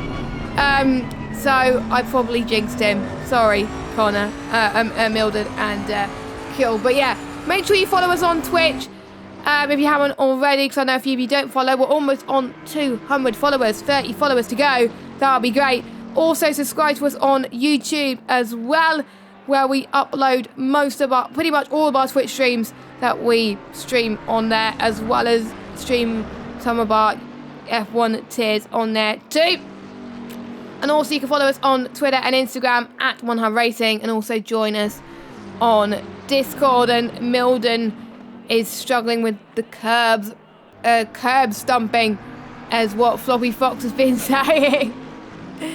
Crazy. I'm sorry that we're not following everybody else right now. It's just everybody else is just not involved in any battles, so we can't follow them really. It's down between Carmentalist and Milden right now. It's crazy that a few people are locked down. And wait a minute, am I reading things right? Stop the count. Cam is in P8.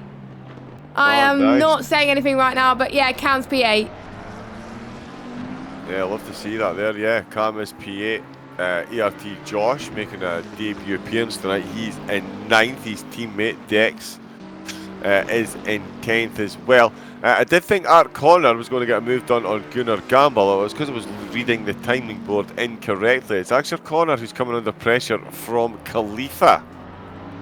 So Khalifa in the Mercedes has certainly come alive in the second stint of the race. Now they're all out of the pits. 1.3 seconds he has gotten that gap down to. So he's taken a fair chunk of change per lap out of Connor. Like I say, did look like he was going to be charging down Gunnar Gamble. But Gunnar now 5 seconds up the road. It's looking like he's got a firm grip on that 4th position.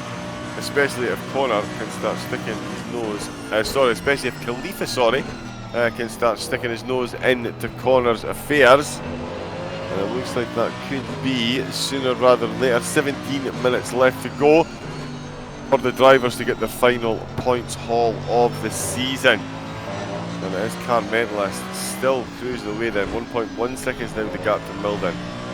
Car feeling great. He's going to have to get the foot down. 12-second gap back to Flying Foam in 3rd. Gunnar Gamble 4th. Art Connor in 5th. And we're on board with 6th placed man ERT Khalifa, the lead ERT driver in the race this evening. And he's taking another 2 tenths there as they come through the Ascari entry timing board.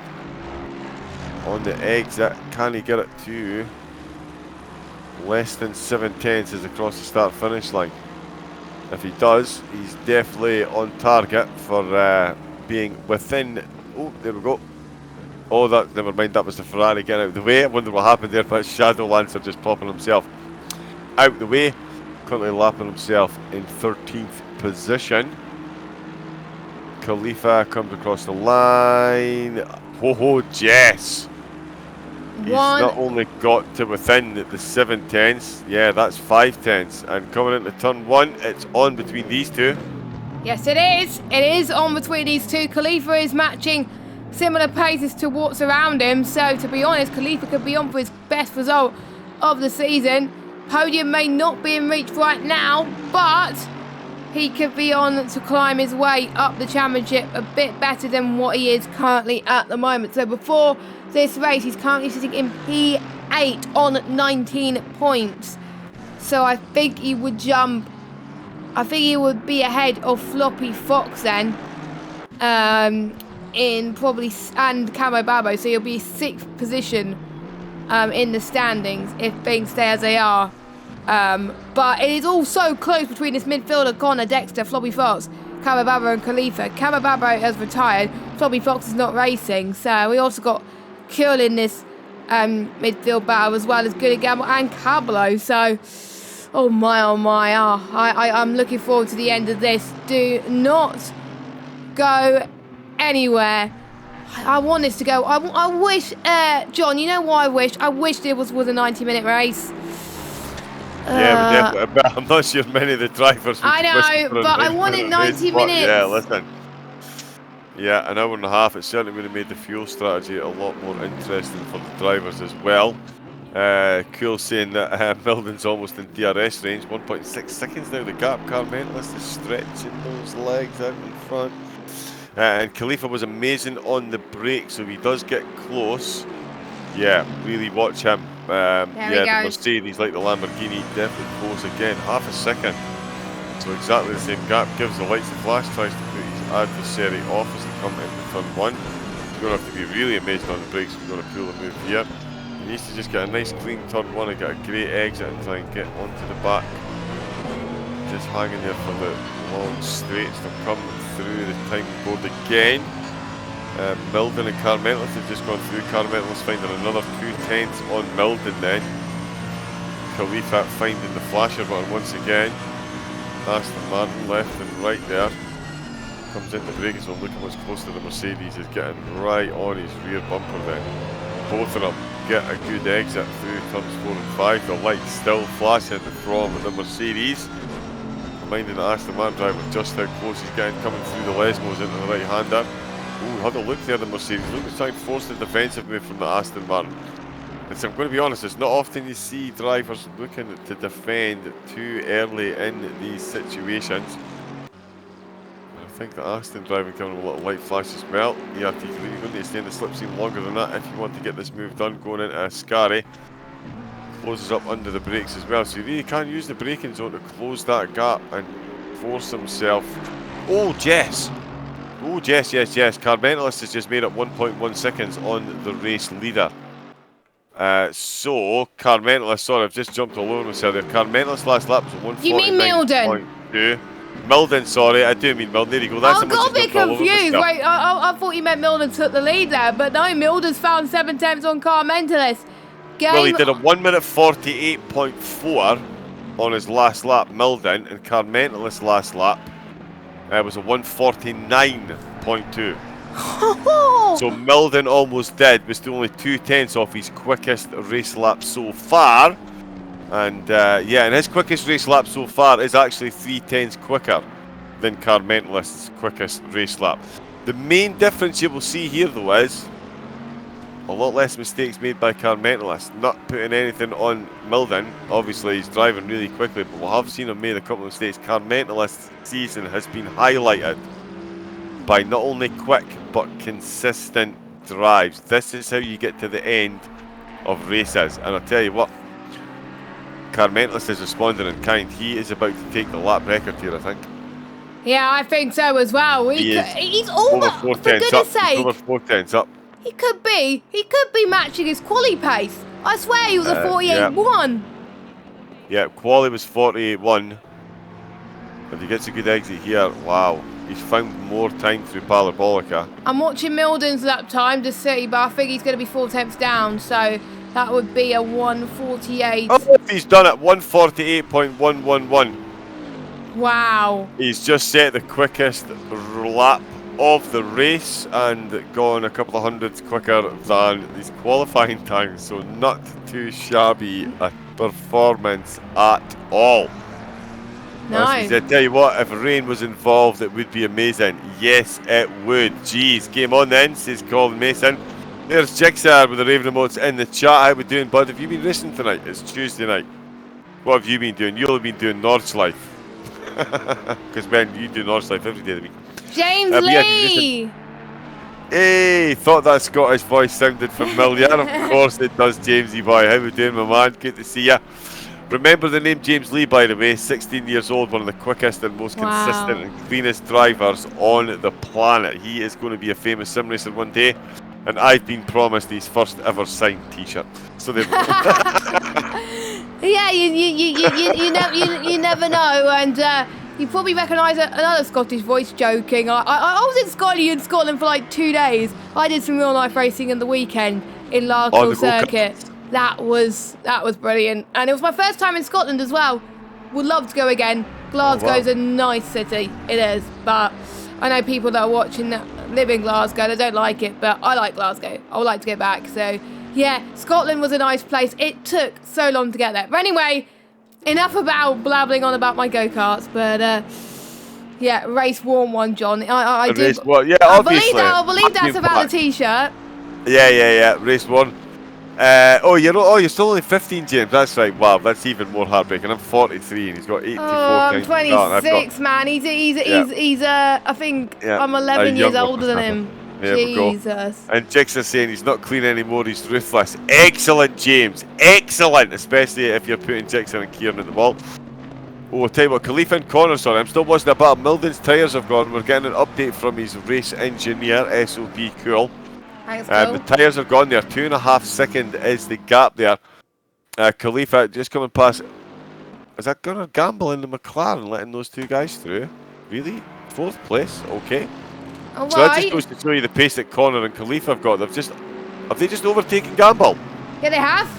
Oh, they've just overtaken him. What's happened there? Gunnar Gamble carrying a bit of damage there. That must have been an Ascari incident because they've just overtaken him through Parabolica. Oh, we could have Khalifa going for a move soon. I was going to say, so Khalifa has made out a position, only it's not at the expense of Art Connor and Aston Martin.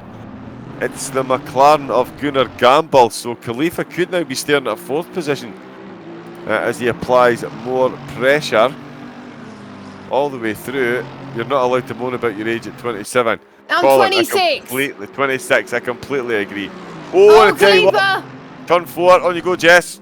Here we go, Khalifa versus Connor. They've been battling throughout this whole race. Connor is doing a fantastic job with his defensive work at the moment, but Khalifa is the prancing horse. He doesn't want to let this one go. He wants to go on the attack on Connor. Khalifa is tenacious. He wants to get his best result of the season, and there's no stopping him as they go through the Lesmos right now. I wonder if Khalifa is going to be going on him next lap. Milden has decreased his gap, unfortunately, so the battle that we're going to be seeing is Khalifa versus Connor. Will go on board with ERT Khalifa as they head towards the Ascari chicane. 8 minutes to go of this race.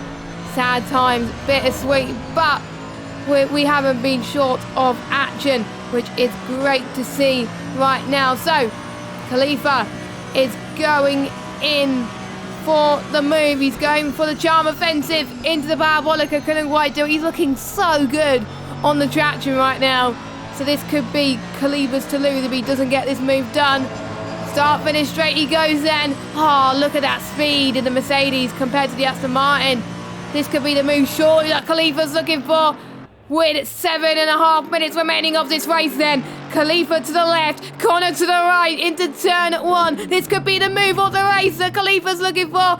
And he does it. Brilliant stuff for the Mercedes driver. Khalifa's up into 4th place. He has gained a lot of positions in this race. But you can see Connor right on the back of him, still charging forward.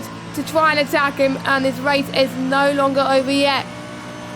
His best lap was a 150.7. His best lap overall, Khalifa, was a 148.9, and he is 3/10 quicker than his previous, well, his best actually, his personal best. So he would be the 148.6. So Khalifa, he is going to be one to watch for the end of this race. He is struggling through the Lesmos a little bit now, but that is a guy not to be underestimated, to be honest with you. But just say Khalifa's just doing an incredible job right now. The lead ERT driver, don't forget ERT are sponsoring the Going Gets Tough award this season. Khalifa just gained 1.5 seconds on Art Connor. He's on a roll at the moment as Khalifa. I'm just going to stay on board with him because he's going to potentially go up on his previous best right now. So he's 3/10 up. He is flying right now. But Connor's gained a lot in the Discovery Straight. But we'll see what Khalifa does. Let's hope he does not lose a bit of time on the Parabolica. He's lost a bit of time, but he's actually gained a bit of time, actually. Khalifa, could he get... I think he's going to get 148.6? 148.5? Come on, Khalifa. 148.966. That was Still in the 48th. That's not too shabby. That is not too shabby. And I think the green is from the last lap, not the best lap. Okay, I only just realised that. Sorry about that. I was getting hyped up for nothing. No, so the lap is off your best lap, but if you come into the pits, that can sometimes mess up what it classes your best lap as. Ah, right. I see. Yes. So if you come out with the pits, it still times you against the wrong lap until you actually beat your lap. If you beat your lap when you come out the pits, it's one of those things. So that would have been showing his lap time prior to coming into the pits because he hasn't gone quicker since coming out the pits. Just to make the timing on this even more confusing. I tell you what, Dexter. Actually, has he got the move on a cam? Come on, have I just missed that? Let's check the track map. No, but he is very close. He is very close. That could be it. He is very close. He is very close. I do believe Josh got past Cam though. Yes, quite a bit ago. So Josh is now up into 8th. Well. Josh is now up into 8th position. Not too shabby. Cablo up into 7th. Gunnar Gamble up into 6th. Oh my goodness. I'm going to find it so hard to pick a driver of the day tonight. I don't know who I think should get the last one. It's so close. A lot of these drivers have been putting in their best ever performance so far this season. And what a way to do it in the season finale to end all finales. So incredible stuff. So Gunnar Gamble doing quite well as well. Shadow up into 12th. Did he get past Blue Mosquito recently, or did Blue Mosquito lose it? I don't know. But Shadow is up to 12th. He's not last. Oh, the finishers at the moment, he's in 12th. So great job from Shadow at the moment. He's probably pretty happy that he's not last at the moment. Probably a similar attitude to me at this moment in time, as the track temperature has decreased by 1. Same as the air temperature. It was 14 a moment ago. Now it's 13. So expect the lap times to be even quicker and quicker. And Carmentalis is just a few laps away of being crowned the inaugural One Hub Racing ACC champion. And what a feat that would be. He would join the likes of Janel, Louis, the ones who have won One Hub Racing championships in the past on the F1 games. He will be the first to be crowned an ACC champion, and you'll have a nice graphic to go with it as well. I believe this will be the penultimate lap for our race leader. Yes, it will be the penultimate lap. So 2 more laps to go for Carmentalis, Milden, Flying Throne, Khalifa as well, I think, and Connor and Gunnar Gamble. I think everybody else is, going to be a lap down. So, and I have to say, I'm very glad it's Kate. I was not expecting it to get to the end with this short of a season, but Carmentalis and Milden have been performing absolutely brilliantly. I'm sure Milden was not expecting to win the championship tonight, so I'm sure he'll be happy with 2nd position, but Carmentalis could still make a mistake in these last few minutes. Milden is just still holding on, 'cause you never know what might happen. We've been using Murrayisms without realising at times, so that's quite interesting.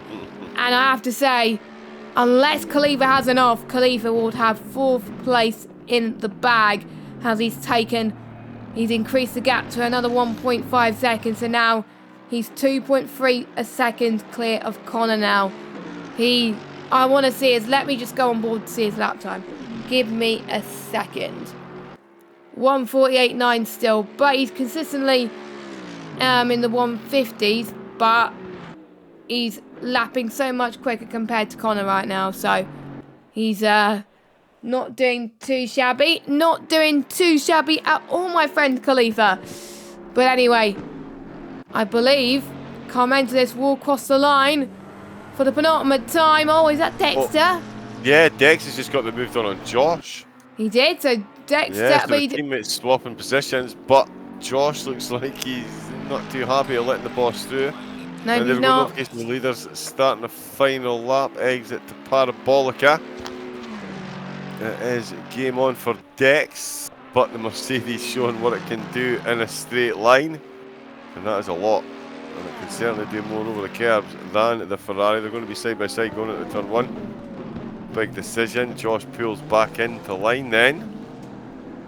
Will he retake that position before the end of the lap? Oh, and he's not had the best of exits, and I'll tell you what, that could be that one signed, sealed and delivered. Dex, I tell you, it's going to be, yeah, can't see him making a mistake at this stage now. So there we go, gets the move done on teammate ERT Josh, who was of course making his debut this evening. And yeah, top 10 finish, not too bad at all considering the field we've got here. So yeah, really well done. And yeah, Josh, Dex up to 8th. Carmentis on his last lap though, sorry, I'm just looking through to see if there's anybody else that was close. Josh and Dexter are still quite close, but yeah, Carmentis on his final lap, 375 minutes of racing. Let's get the helicopter view. Let's get the helicopter view. Let's go, people. Here it is. Let's do this. Yes. Anyway, over to you, John. Yeah, just coming on to Parabolica for the 41st time of asking. 75-minute race this evening. This will be his 4th win from 5 and his 5th trip to the podium in a 5-race series. Keep it clean, keep it quick, keep it consistent. Keep your head when all others around you are losing theirs. Whether it be nighttime, whether it be rain, Carmentis has reigned supreme, and he will be crowned a very deserving One Hub inaugural ACC champion. And there we see, joining him with the flashing lights in the Bentley, a very, very, very worthy 2nd in the race and a 2nd in the championships. He's SOP Milden, bringing home the honours. The 2nd spot, he'll get a bottle of champagne as well, and he will take 2nd in the championship. And the man on the charge towards the 2nd half of the season, it is the Lamborghini pilot that is flying from a 3rd trip to the podium, and that will secure him 3rd place in the championship, Jess, right down to the final checkered flag. Like we said, we're flying from SOP Milden, and the man of the moment, Carmentis, taking the top 3 honours in this amazing series of races. And the top 3 in the championship, finishing 1, 2, 3 in the race. In that order. That makes things easier for maths, doesn't it, John? It certainly does. It certainly does. Guna Gamble is coming across the line in a respectful P6 for Cablo. Will be getting his best result of the season as long as he doesn't bin it. So he'll be taking some well-deserved points. Good job for him. His pace has been incredible today. I'm sure he'll be very impressed with that. Has hardly had any trouble today, actually. Hardly had any incidents. I'm sure Cablo will be happy with that. Dexter 8th, Josh 9th, Cam 10th, Blair Grills in 11th, and Shadow will come across the line in 12th position, and that is your order. And like we said earlier, Carmentis is your inaugural One Hub Racing ACC champion, and no one could be able to get that title. It all belongs to Carmentis, and we'll have to wait and see who gets crowned the Season 2 champion. When we start that, well, we don't know when we're starting with that, to be honest. You have to wait and see. Keep an eye out on Twitter at OneHub Racing, because we will be in for a cracker indeed. So, hopefully, we can get the top. Well, it is fitting that we get our championship prize winners, because the top 3 do get prizes in this league. So flying, I need to actually remember what the prizes are. So I'll need to get it up. Drivers. So 3rd place belongs to Flying Frame provisionally, of course. He will be getting either a £5 PlayStation voucher or Amazon voucher, along with a 3rd place trophy. 2nd place belonging to Milden, definitely confirmed at this point. He gets a £15 PSN or Amazon voucher with a 2nd place trophy. And the big one, Car Mentalist, your ACC champion, gets a whopping £25 PSN or Amazon voucher and the winner's trophy. You can't get anywhere else. Incredible stuff. Let's see if anyone... Come on. We got to get at least our champion into the box. Come on. Car Mentalist, get your butt in here. But before we do that, we got to pick our driver of the day. And the question for the very last time of asking.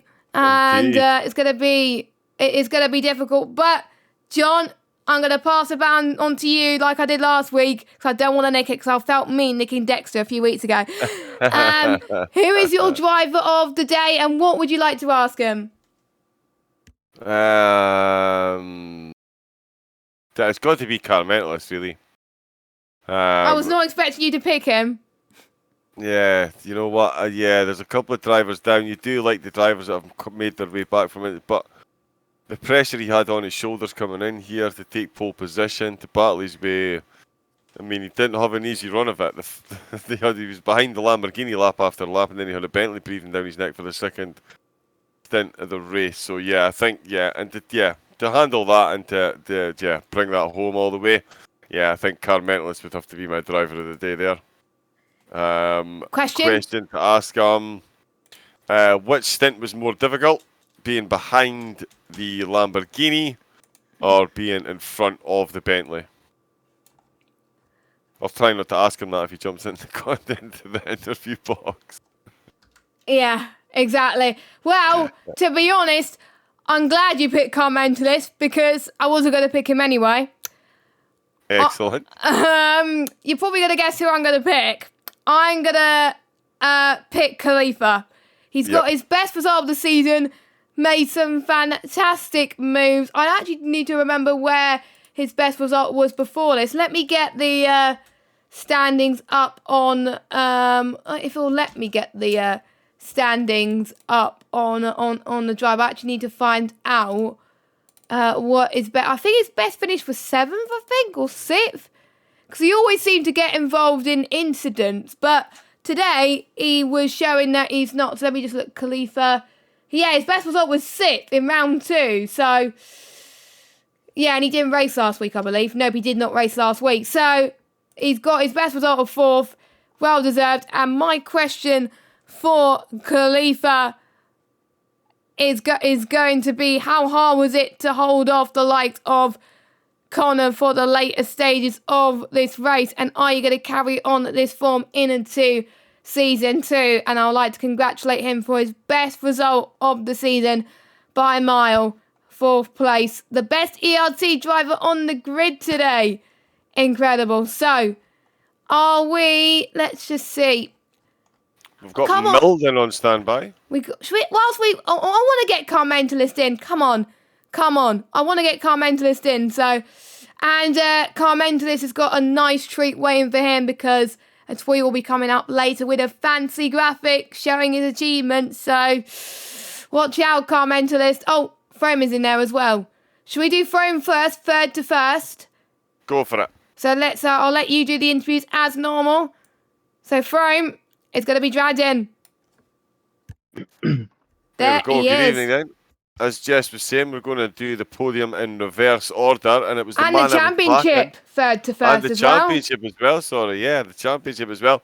The man I was backing before the start of the race to pull a surprise and potentially win it because he's been on a charge the second half of this season.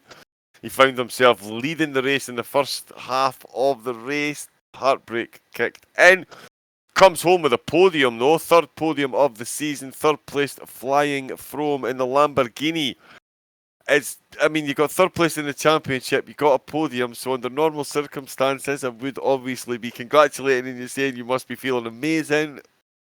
But the race win was so cool. Not feeling too amazing after that one. No, I don't think I'd have won anyway, to be honest. I think Car Mentalist were just sort of biding his time. He seemed to, I couldn't really pull away from him. And obviously, he was thinking of a championship, I'm sure, so he's not going to throw any daft, crazy moves when he doesn't need to. Yeah. So, yeah, once he passed me, actually, when you're in cockpit viewing these cars, sometimes I was following in the next lap, and everything was fine, and I went into a Scari, and all I can see is the rear end of his car because I was so close, and I couldn't see curbs on the way in, and I clattered into them and just lost my rear end, so pretty frustrating, but... Yeah, I don't know. I had 7 or 8 seconds of damage, but when I came out, I think those two up front, they even though I were pushing, they were still pulling away a little anyway. So yeah, third's about where I probably would have finished. So not too disappointed, but yeah, a bit frustrating to lose a race like that. Yeah, it certainly was. And I mean, it was how much pressure were you feel like you felt like he was biding his time there a bit, so. The first stint feel like a bit like cat and mouse, but still the win was there for the taking. Obviously, your pit strategy was massively influenced by that dent. Was there how much damage was it you had to get sorted out? I think it was 7 or 8 seconds. So okay, that's I figured. Obviously, it affects your straight line speed. So around Monza, I thought you best. I didn't pit too. I think I was like 45 minutes left to go when I pitted, so it's only sort of 7 or 8 minutes early, so tyres were fine in second stint. So yeah, just I didn't feel that much pressure because, like I say, I think he probably had one eye on championship, and he's obviously not going to pull a stupid move. And then when he did, I left him loads of space, and he will leave him plenty of space. So yeah, I think, like I say, the win were a bit out of touch, but. P2 might have been there or thereabouts, but I don't think even before I spun, I think Milden were catching us anyway, because while we were battling, we were getting a bit slower. So I think he were only a few seconds behind. So as I say, I think P3 is about right. Yeah, not bad overall. I mean, as far as the season goes, 3 podiums in the last 3 races, taking third overall in the championship with the strength of drivers that we've seen and the courses. We've had rain, we've had night time. Overall, you must be pretty pleased, to be honest, if you've got the taking third place in the championship and bagging yourself some tasty little prizes as well. Yeah, definitely. I think I came into it. I knew a few guys were quick, and then I saw some SOPs at the start of people's name, and I thought, oh god, they'll probably be really quick as well. So yeah, I was kind of thinking top 5 would be nice, and then especially because we had a wet race, the Lambo's a disaster in rain, so to get P3. End of season, yeah, I'm pretty ecstatic with that. Anything above sort of 5th and 6th, I'd have been happy. So, yeah, good season. Yeah, definitely. Jess, any questions for our third placed driver? And third place in the championship. I'm probably start to ask most of these guys. What are you gonna do with the gift card? Are you gonna choose PlayStation or Amazon? And out of the two, what are you gonna do with it? Do I get a gift card? Yeah, you get. I didn't know I got a you get third place for £5, either PlayStation or Amazon. So what are you gonna do with it? Beautiful. Probably just stick it on PSN and add it to a game or something. I've just got a PS5 and I don't actually have any games yet, so I could do with buying one. ACC free upgrade in February. Is it free? Nothing's free. No, it is free upgrade. PlayStation 5, ACC, watch this space. Yeah. There we go. Be looking forward to that one. And you'll have a nice trophy coming your way as well. So there we go. Beautiful. Yes. There you go. That's we treat our drivers who win with a lot of respect, and they don't go walk away empty-handed. So it's all good. Congratulations on your third place flying through. Thank you. Are you doing next season? Yeah, definitely, but not Yeah. in that car. I'm definitely having a change, I think. And what car? Oh, you're not going to tell us yet. Anything with a front engine, I'm not bothered. There we go. Well, in that case, away you go. Anyway, Ferrari. congratulations! Celebrate with the champagne and brilliant result today, even with that comeback. So well done. And thanks for the comms all season. It's been really, really good to listen back to them. It's been great. You're probably going to enjoy watching this one back then. Cheers, bud. Yeah. I don't know. I ended up in a wall. Yeah. Not watching Yeah, this we caught the back of that. So we did unfortunately catch the back of that. But listen, that's racing. Every second on track is a learning experience. And if you can come out with it with a third place, happy days. Yep. So yes, congratulations once again to flying from third place in the inaugural ACC One Hub season. Shall we move on then, Jess? I think SOP Milden, the man in the Bentley, we're going to have to call him Captain Comeback, I think. The way he likes to get himself back up into the thick of things. And here he is, the Bentley driver himself, master of the comeback. Second in the race this evening and second in the championship overall. 5 races, 5 trips to the podium, and one of those a win as well. Still must be a little bit bittersweet though, but yeah, it's time for celebration, Milden. Second tonight and second overall. Yeah, I can't complain at all. Aim was like top 5, and Hungary and tonight was mega. We were just literally on the edge all the time, absolutely flat out, and it just took one big mistake and one of us would have had it in the bag. And in the end, it was a lot of little ones, I think, and it was a mega race. But congratulations to Car Mentors, first of all. Totally deserved it. With you win 4 races, you definitely deserve it. Yeah. And sorry to Flying Froome because that guy was flying literally. He really was. I actually said at the start of the stream several times, and I keep bringing it up, that he was definitely one to watch in that Lambo. He's been flying the second half of the season. That's his 3rd podium in 3 races. So, yeah, he's definitely going to be one to watch in the console going forward. You didn't qualify in a position that would have filled you with much hope. I don't imagine there was some really, really, really seriously quick times going in there in that first stint. How do you think your first stint played out?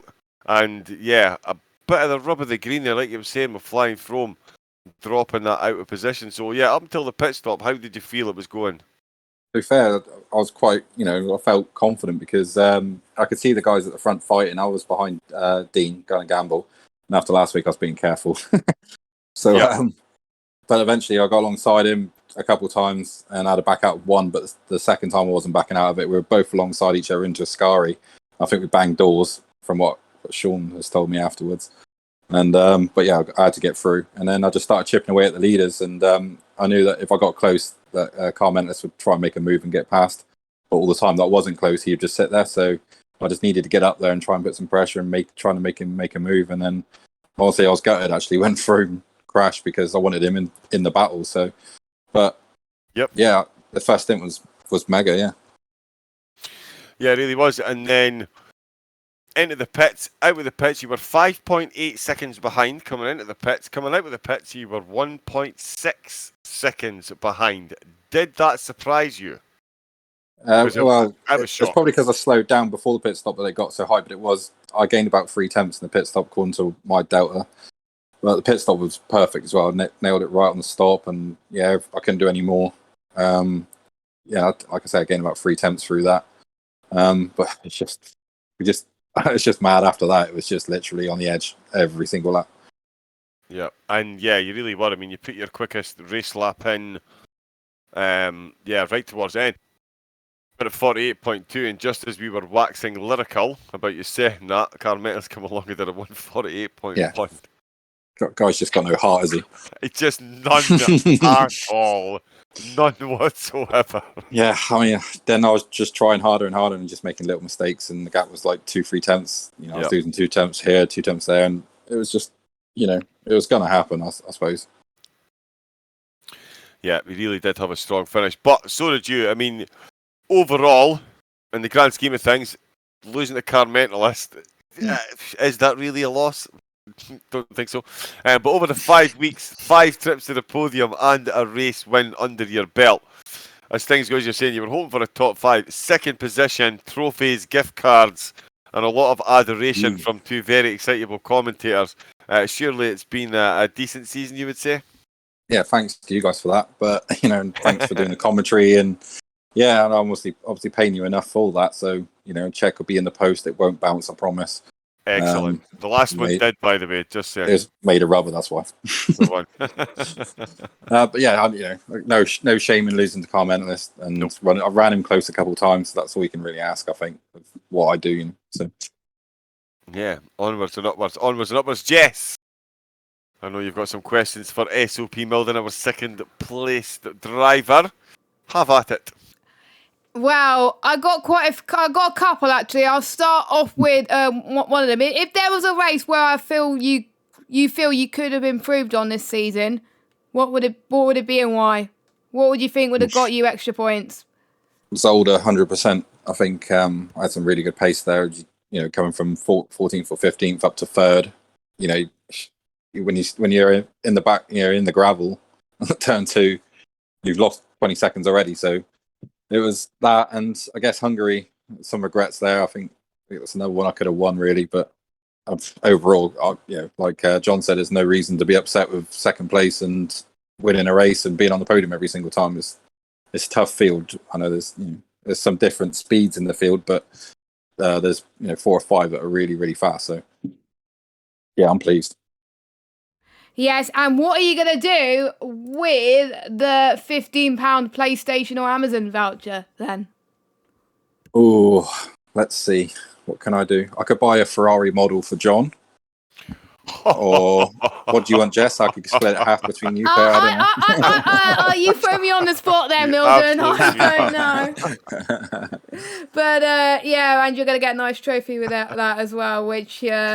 all you need to do, if you're going to buy a model Ferrari, don't be doing any silly like me. Just put it someplace where you can see it when you're driving to inspire you to greatness, Milton. That's what you need to do. So there we go. Amazon voucher, model Ferrari. And if you want it, just stick a number 77 on it. That's very specific, actually. That's actually Bottas. Oh, there we go. That's the year I was born. So there you go. You can have me as a little inspiration in the corner. Not creepy at all, I promise. Put some wings on it, so it's a wingman car. That's the one.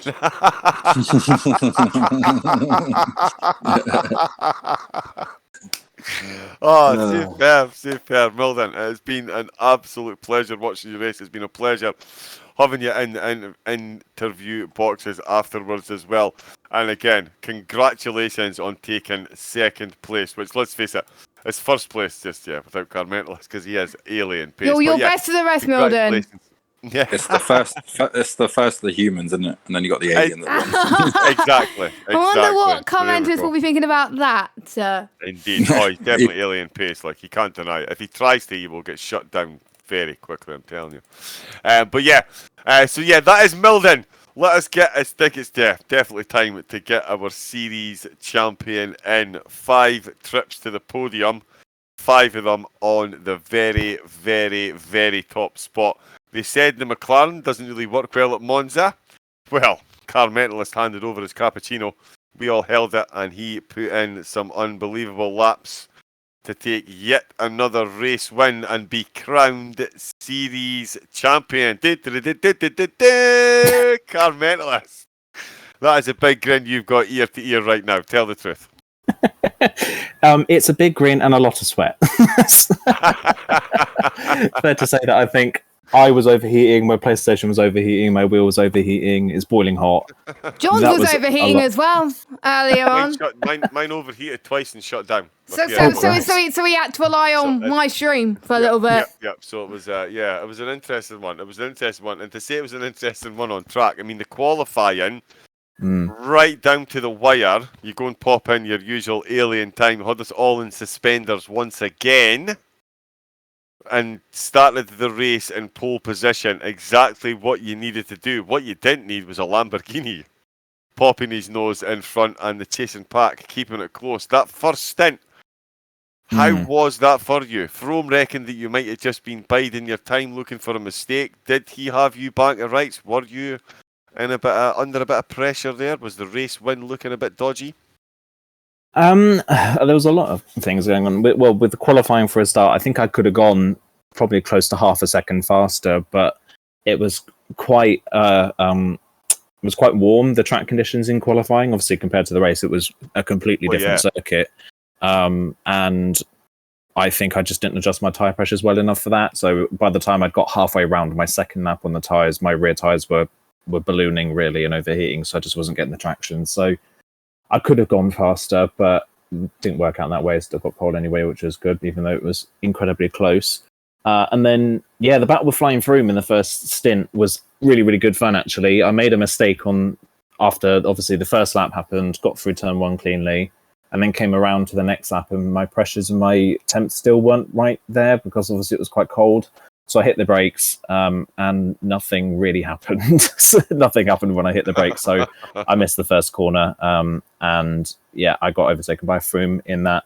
And then beyond that, I could tell that I was faster, but I didn't want to make a silly move, and I wasn't very fast through Ascari or the Parabolica up against Flying Froome, so I couldn't get the run down the pit straight to make a solid move stick without doing anything silly or outbreaking myself and anything like that. So I just kind of sat and waited for the opportunity, and then the opportunity came once at Ascari, but that was kind of I guess not really that move was never really on. I was just kind of trying to force Froome into a mistake, which he didn't do. And then, the one at turn 1 was a bit simpler, and I knew that because I was on the outside, I could brake a lot later than him. I could run deep into the corner, so I did that, and Froome was ever the gentleman and gave me all the space. So, it was a good battle, but I was kind of just waiting for the right moment. Yeah, it really was, and it was an enthralling battle, like you say. And I did say that during the race as well, that I did think it was Ascari and Parabolica that were the major thorn in your side there for getting past Froome, who was. And I said it at the start of the race, I did actually fancy Froome to win this. I said it at the start of the broadcast, live on air. I reckon Froome could put in moves tonight to give us a real challenge up at the front, but he did make that little mistake, and that left you out in front. So once again, loving my football analogies tonight after the England manager joke, it was certainly a race of two halves. You spent the first half of the race looking at the tail lights of a Lamborghini, and then you spend the second half of the race looking in the rearview mirror at the headlights of a Bentley, and he was putting in some Olympic time. You gazumped him at the end for the quickest race lap, by the way, by a 10th. Just no heart whatsoever. No heart whatsoever. Just I can't give these guys anything. I have to take it all from them. Yeah, exactly. Listen, that's what makes champions. That is what makes champions, that cutting edge. But the second stint, very, very different to the first stint for the opposite reasons. How was that tougher, do you think, knowing that it was Milden that was chasing you down? Or do you think the first stint was tougher, trying to keep on the back of Flying Froome through Parabolica? Oh, the second stint was definitely more difficult. I'd much rather be the chaser than the defender. And I think anyone will agree with me that there is nothing more frightening in your rearview mirrors than a Bentley. Fetch my tambourine. They're just so massive, you can see them for miles back. And I could see him getting closer and closer. And I knew, obviously, Milden was wringing the neck of that car. I knew he was getting everything out of it that he could have done. And I was pushing really hard as well to try and pull away. And I'd have two really, really good laps, and then I'd have a third lap where I think I just pushed too hard and the tyres weren't really giving me the grip that I wanted.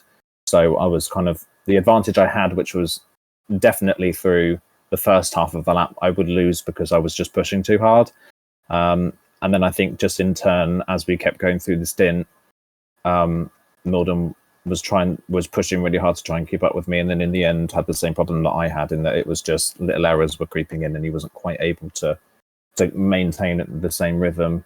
But yeah, it was terrifying to say the least, because I knew that if I made one mistake, then it was over. We had a couple of moments where I nearly lost the lead, and I'm not going to lie, I was a little bit aggressive, I think, in my defending.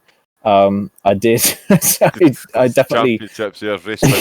I definitely left it up to Milden to back out of it more than anything else. But I trust Milden. He's a great race driver. He's probably one of the cleanest ACC drivers I think I've ever come across. So I could trust him that we could have a really good battle and it would be fair. So I left it up to him, and he did the right thing. And in the end, it was a really, really good battle. And it was kind of the battle that we'd been wanting all season long. I mean, finally got it at the end.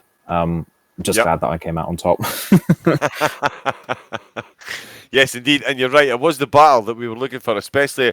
I'm not going to lie. After he won race 1, I really thought we were going to see a proper ding-dong Titanic struggle between the two of you. But you stamped your authority on the whole thing. Like you say, the last 2 laps of the race, you go and gazump him for the quickest race lap as well, just to rub that extra little bit of salt into the wound. But that salt rubbing does come with some nice little prizes as well. 5 weeks in, as I say, 5 trips to the podium, 4 of them right on the top spot.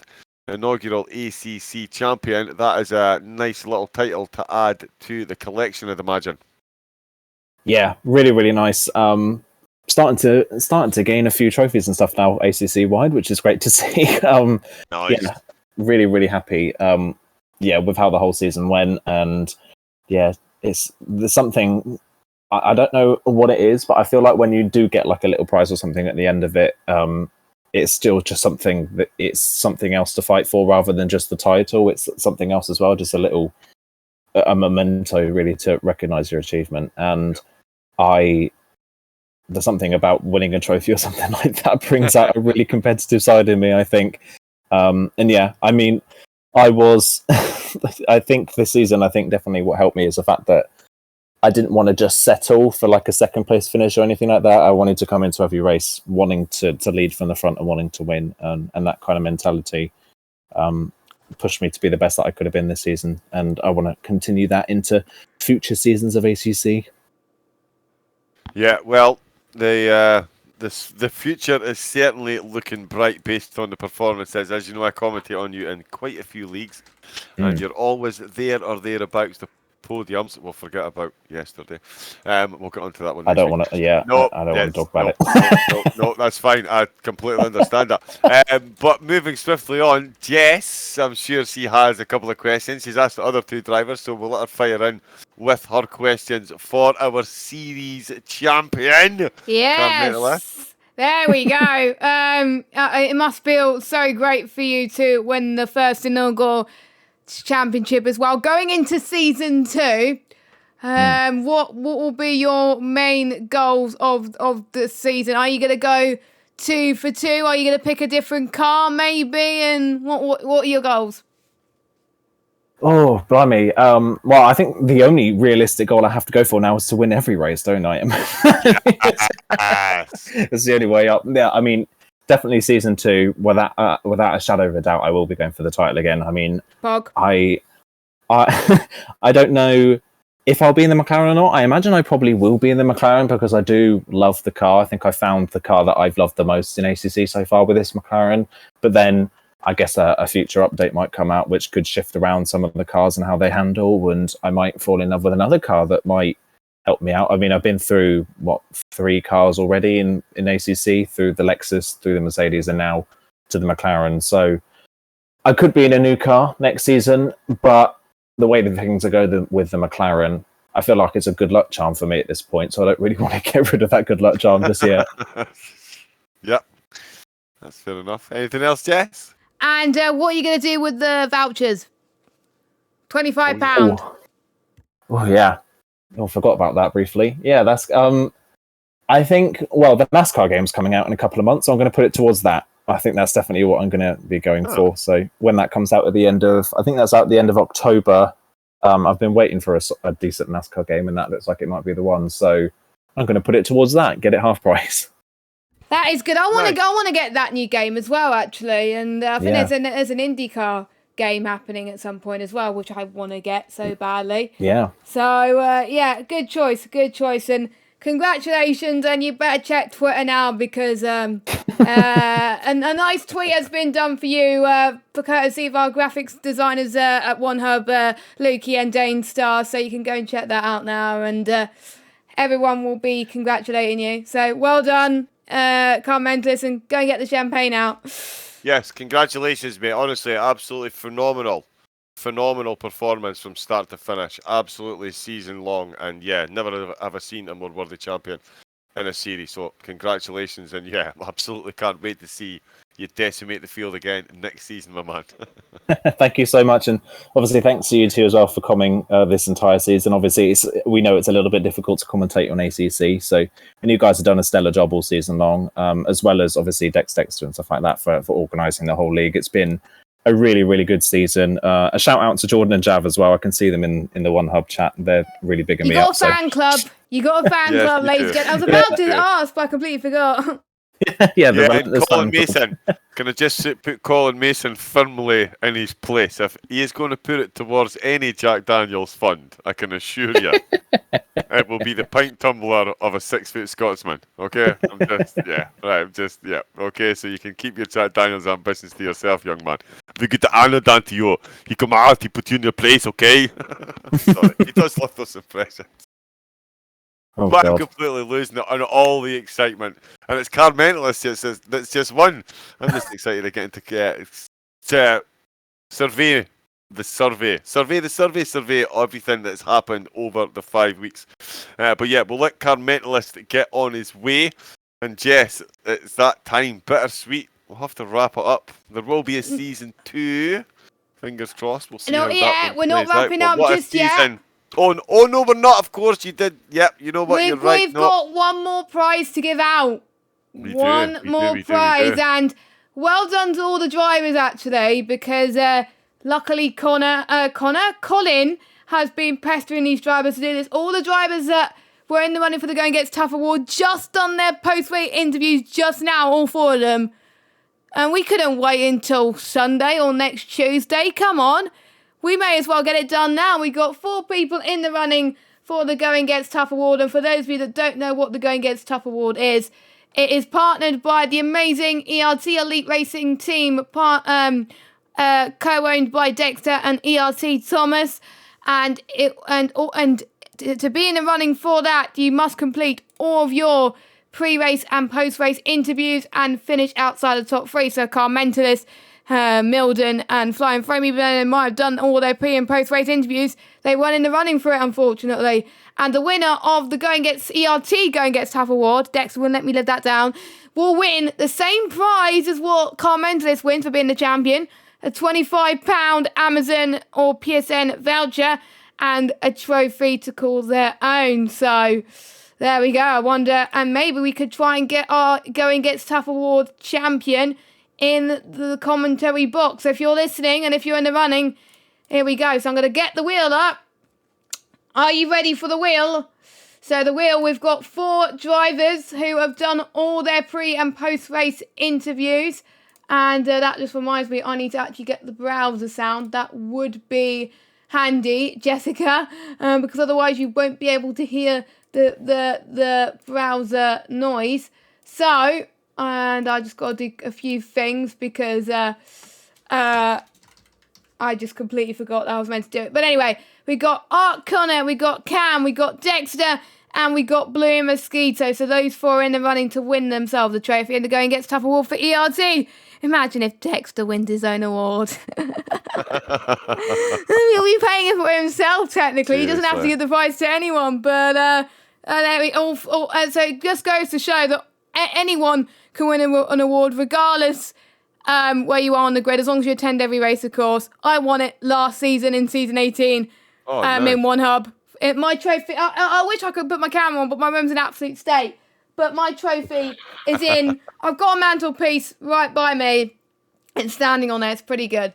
Anyway, I know that these 4 are ready to find out who has won the Going Gets Tough award for ERT. The first one of season 1 then. Let's get spinning. Are you ready, John? Let's do this. Woohoo! So Here the we go. winner of the ERT Going Gets Tough award is Blue Mosquito! Woo! Yay! Well done. So, Blue Mosquito, if you're in the chat, I would like your reaction. Please maybe get in the waiting box. Congratulations. Yep, you get yourself a £25 PSN or Amazon gift voucher. You can choose, of course, which one you want. And you get yourself a nice trophy to call your own too. So, well done, Blue Mosquito. Woo! Yeah, congratulations. The Audi driving Blue Mosquito just shows you prizes right through the grid. And Colin did say Red Wales will win. And yeah, Colin Mason told you so. SOP Milden, kapow! Love the kapow. Love the kapow. So people That's predicted that's Blue awesome. Mosquito to win the game. Wow, they must have good predictions then. Yep, Colin Mason, he certainly did. Went straight for the red because it was Wales, and it came out the winner.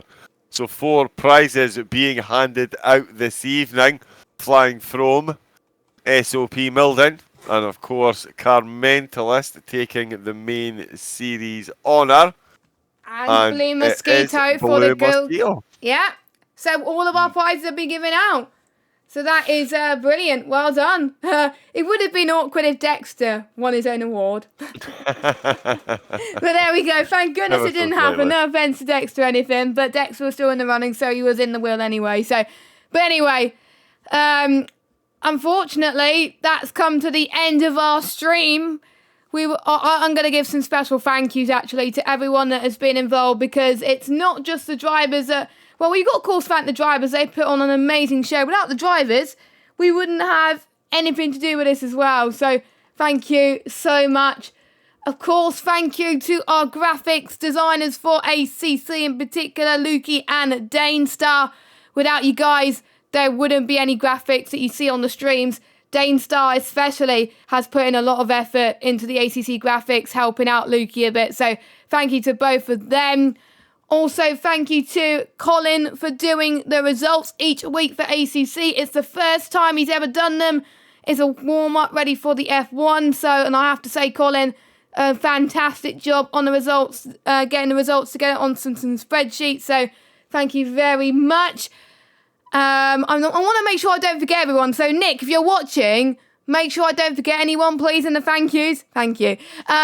Cam for getting the standings ready for our graphics team. After the results are done, Cam make sure he gets all the standings sorted on the spreadsheet, and he gets all the stats to be on our database. He's the king of stats at One Hub Racing, and he was also the man who sorted out our permutations as well. So thank you very much, Mr. Cam, and he got one of his best results of the season tonight. So congratulations to him.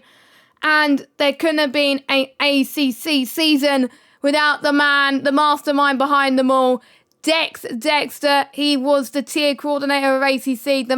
One of his main remits at One Hub Racing now is ACC. He's done an incredible job. He's the one who bought the server, made sure that the servers were working and stuff like that, made sure that the drivers were behaving, which they were, to be fair, so good job to them. And Dexter was the one who put the calendar together as well. So thank you, Dexter. We love you, and we even love you even more because you picked the Ferrari. And also thank you to KK for being a Discord machine, getting all the Discord posts sorted for the bots, reminding people about their pre- and post-race interviews, as well as all the socials that you see on our Twitter and Instagram. So thank you to KK, and also thank you to Nick for keeping us on the straight and narrow as well. Nick also wanted an ACC League to happen. He's a big boss. He's my boss anyway, and Dexter's boss as well. So thank you very much. I hope I haven't forgotten anyone in terms of the management side. And of course, we also got to thank my co-commentator for the season, John, who has been incredible. Honestly, when I approached him for the first ever event, I needed a co-commentator, and I was like, look, John, we heard how great you were in SOP. We want you here. John jumped at the opportunity, and he wanted to do this season as well with me. John, you've been superb, and I think everyone at One Hub Racing can agree. John, you've been incredible, my friend. Thank you. Yeah, well, listen, thank you to you, Jess. Working with you has been a huge part of my decision to come and do this. Straight off the bat, I've made no bones about that. You were one of the main reasons I came along to do this. Of course, Dexter as well, a great guy. He does drive a Ferrari. I might have swayed it slightly. But yeah, just like to echo Jess's thoughts, thank you to Colin, Nick, the huge machine that makes ERT work. It's glad and One Hub Racing as well, sorry. One Hub, great to see. They're dipping their toe into the ACC waters, and it's been so successful. It's been an absolute pleasure presiding over these races and getting to speak to the drivers at the end as well. And yeah, we'll see what we can do for season 2. Absolutely looking forward to that one. But yeah, thanks everyone, the racers, everyone that got involved in the chat, all my mates that came watching. Good to be the Arnold as well for Callan. He loves the Arnold. Not again. With the Arnold. He's put it in the chat. He's put it in the chat. I've got to do it. Come on, what are you talking about? Get to the finish line. Get to the finish line. What's going on with the Arnold? So yeah, listen, huge thanks to everybody. And yeah, I should probably leave it there. And yeah, season 2, you never know. But yeah, and again, Jess, honestly, it's been an absolute pleasure working alongside you. You are the best the ACC has got to offer. So yeah, it's been a pleasure, a learning experience. And yeah, I'm looking forward to you and I working again. But as, of course, even more importantly, best of luck with your racing going forward. I know the F1 and the Jacko car, I will be keeping close eye on your It's result. Monaco next week. Monaco, you can do it. You can do it. Yeah, and I found some good news as well. My teammate actually won the first race. So oh, nice. Yeah, that is brilliant. Nice. Hashtag vote for him for driver of the day. Anyway, Nice, I I've like just it. seen a reaction from Blue Mosquito. He was not expecting it at all. He said, "Woohoo! Never thought I'll be winning anything this season." Well, good news, Blue Mosquito. You just done it. You just won something, my friend. That just goes to show you can put anything you set your mind to it. And Dex just said that's a beauty. The ELT going gets tough award. This rewards a driver who does his duties with interviews and attends all the races. So, you know, I won't be able to get it this season because obviously I missed the first race in One Hub in F1. But it'll be nice for someone else to get it. But we'll let you enjoy the rest of your evening. Oh, I have to end the stream. I don't want to, but we have to. I know. I know. Parting in such sweet sorrow. Yeah, sweet sorrow. But anyway, it is goodbye from me. And it is a goodbye from me. See you Goodbye. next season.